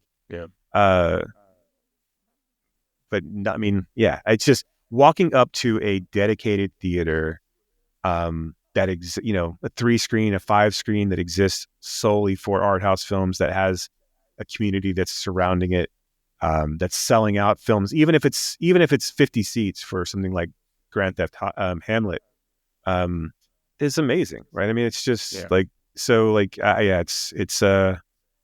it sucks that we don't, and I mean, I will keep lamenting it until we do, but I don't know if that's going to happen or not. But we'll do our best, see what we can do. Yeah. I think we can sit down and see what we can bring in, and get some of this stuff. Like, I'm surprised Night Bitch hasn't opened. Like, and if it is going to open, to be honest, it's playing here. I mean, like, so there's few screenings playing here, but it was playing in Plano, and I was not going to drive to Plano. Why only, like, that was the only place that I could find it. So, and that's so fucking bizarre to me. Like, even even if it was playing at the Angelica, but like, again, I don't want to keep harping on this, but like, and I know that what's popular now, like, there's no room for squeezing anything in at the moment because Wicked's going to run forever and Moana 2 is whatever. I don't think either of the big releases, and like the big releases this week, there'll be big releases every single week throughout, probably to the middle of January at least, because everything's going to be Oscar buzz or trying to get people in for Christmas. But like, I mean, like, did anybody think Kraven the fucking Hunter and the animated Lord of the Rings were going to do shit? I mean, like I don't understand like why the animated Lord of the Rings didn't go directly to Amazon. Not that I care. Yeah. I mean, like, it's fine that I'm happy that it's in the theaters. I'm like, I'm happy things are in the theaters that are different. And I have nothing against that film. I heard they really cut corners on that too. Did they? Are you joking or like? No. I didn't see it, but I've heard, because it just opened, I think, here, right? Right. Yeah, it just opened this weekend. And I was actually thinking, I was like, because I was just looking to get out and go see something. I was like, oh, maybe I'll go see that. But I heard that they really they didn't have enough money to do it right, and they like really kind of skimped and yeah. I'm not from like I heard this from people who know animation. I can't tell you who. I have sources, but right. And did Aaron Taylor Johnson's 8-pack that didn't really drive them home? I mean, like, I'll be interested to see what kind of like footprint Queer gets in Dallas Fort Worth. I'm assuming it'll be big, but like, are big enough, I guess. Well, so it's opening at the Texas Theater, and I'm not sure like right now where else it's really playing. So yeah, I was kind of wondering too. Yeah, I don't know. I'm interested to really kind of like put Daniel Craig's depiction of William S. Burroughs up against Kiefer Sutherland's depiction of William S. Burroughs, which we still need to get back on that guy's doing. Right. I know. on his radar. Hopefully we can still make that happen. Probably maybe in July or January. I mean, or whenever. Queer. They say queer a lot in Queer. Like a lot, almost like too much. And it's a weird movie to be eating popcorn in. Also on Becoming a Guinea Fowl is a weird movie to be eating popcorn in. Like, they should warn you, like, before them. Like, this is a movie. Maybe you don't. Maybe don't buy concessions, or maybe you buy some concessions on the way out, or like eat it in the previews. Eat the entire bag of popcorn during the previews. But like, what about Reese's Pieces? Can you eat Reese's Pieces? You can always eat Reese's Pieces. That's right. Time. They're always good. That's They're right. Always That's good. right. That's right. I'll be interested to hear your take on Queer, and we can talk about it here on this podcast. I'm not sure. I'm gonna have to sit with it for a while. I'm not sure what I think about it. I think I liked it. I liked it a lot better than I liked Challengers. I was gonna say, did you stand up and go? I did. There's a lot more of what we asked for in this movie than we got in Challengers, right? Yeah. So there's at least some lovemaking in this one that Challengers desperately needed. This is the horniest Lukic film since Challengers.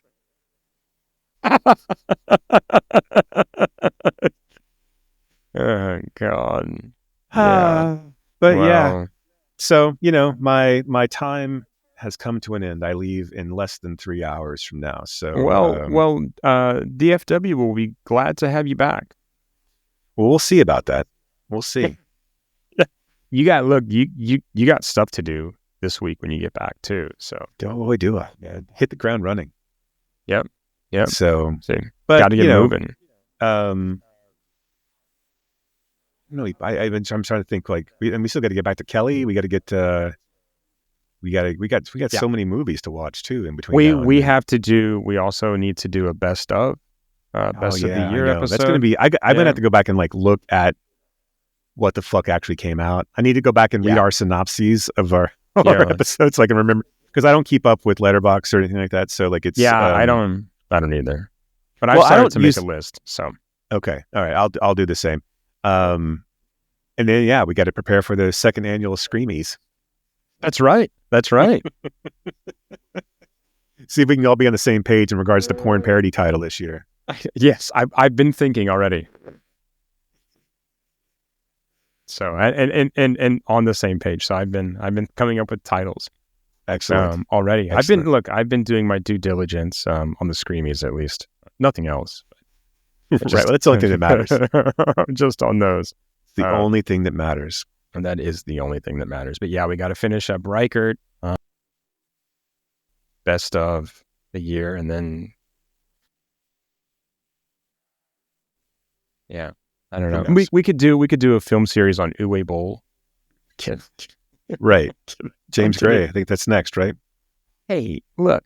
That would be an interesting. That would be an interesting series, because you, for whatever reason, don't like James Gray, which is I didn't weird. say. Look, he's just mid. It's not that I don't like him. Okay, look, well, this maybe seems I'll like a come good around. place. This seems like a good Maybe place to I will end come this around. episode. Okay. Okay. Seems I like got a good to place finish packing anyway, stop. so I got to get. Yeah. Okay. Well, Jason, until you get back, Merry Christmas to you. I hope you got through some like Christmas markets and had some. I don't know. I had a Scottish big hot chocolate. I had a Stroop waffle, like a giant Stroop waffle. And then we had sticky toffee. We had sticky toffee pudding. We had sticky toffee pudding. No. Not that wasn't a Christmas market thing. Did you feel like you were in a Christmas Carol? So, God, this is going to sound fucking douchey. Cool. But anyway, I'm going to say it anyway. So last year we had gone to Budapest and Vienna, and those are like two of the like world's best Christmas markets. So like little tiny Christmas town. Edinburgh, I was like, it was fine. I came around on it, but it's not the grandeur of those other two. And Glasgow was complete dog shit. Like it was fucking terrible. Like I would, they shouldn't have bothered. It was so bad. I would be embarrassed, but Edinburgh was fine. There was enough going on, but the problem is no one had potato pancakes here. The Stroop waffles were a nice addition. No potato pancakes. Potato pancakes really kind of put it over the edge, over the top. but the sticky toffee pudding, which we had one of our first, also the fish and chips here, and like the they're just different. The breading's different. It's better. So mushy peas. Okay. Yeah. So, yeah. So no, I ate well, and when I didn't have a stomach good. bug, I did pretty well. So haggis, fish and chips. I did the things. I did the things Good. you're supposed to do, right? And you went and saw movies. And I went and saw. Well, that's a given, regardless. Yeah. And so, yeah, I probably would have seen Lord of the Rings or Craven just because, but I didn't. But luckily, I was working long enough where I didn't have to go see those movies. So. Yeah. The difference between you and I. Yeah, I'm. Yeah. Craven looks fucking terrible. Yeah. So yeah. Well, anyway, we will all look forward to you being back. And yeah, I don't know. Stay out of trouble until you get onto the plane. Okay. Yeah. I'll do my best. All right. Good. Well, listeners, Merry Christmas, Happy Holidays. Hug and kiss your loved ones. I hope Santa brings you whatever it is you asked for. Like more episodes of Why Does the Wilhelm Scream? So until next time, thank you for listening. And keep screaming.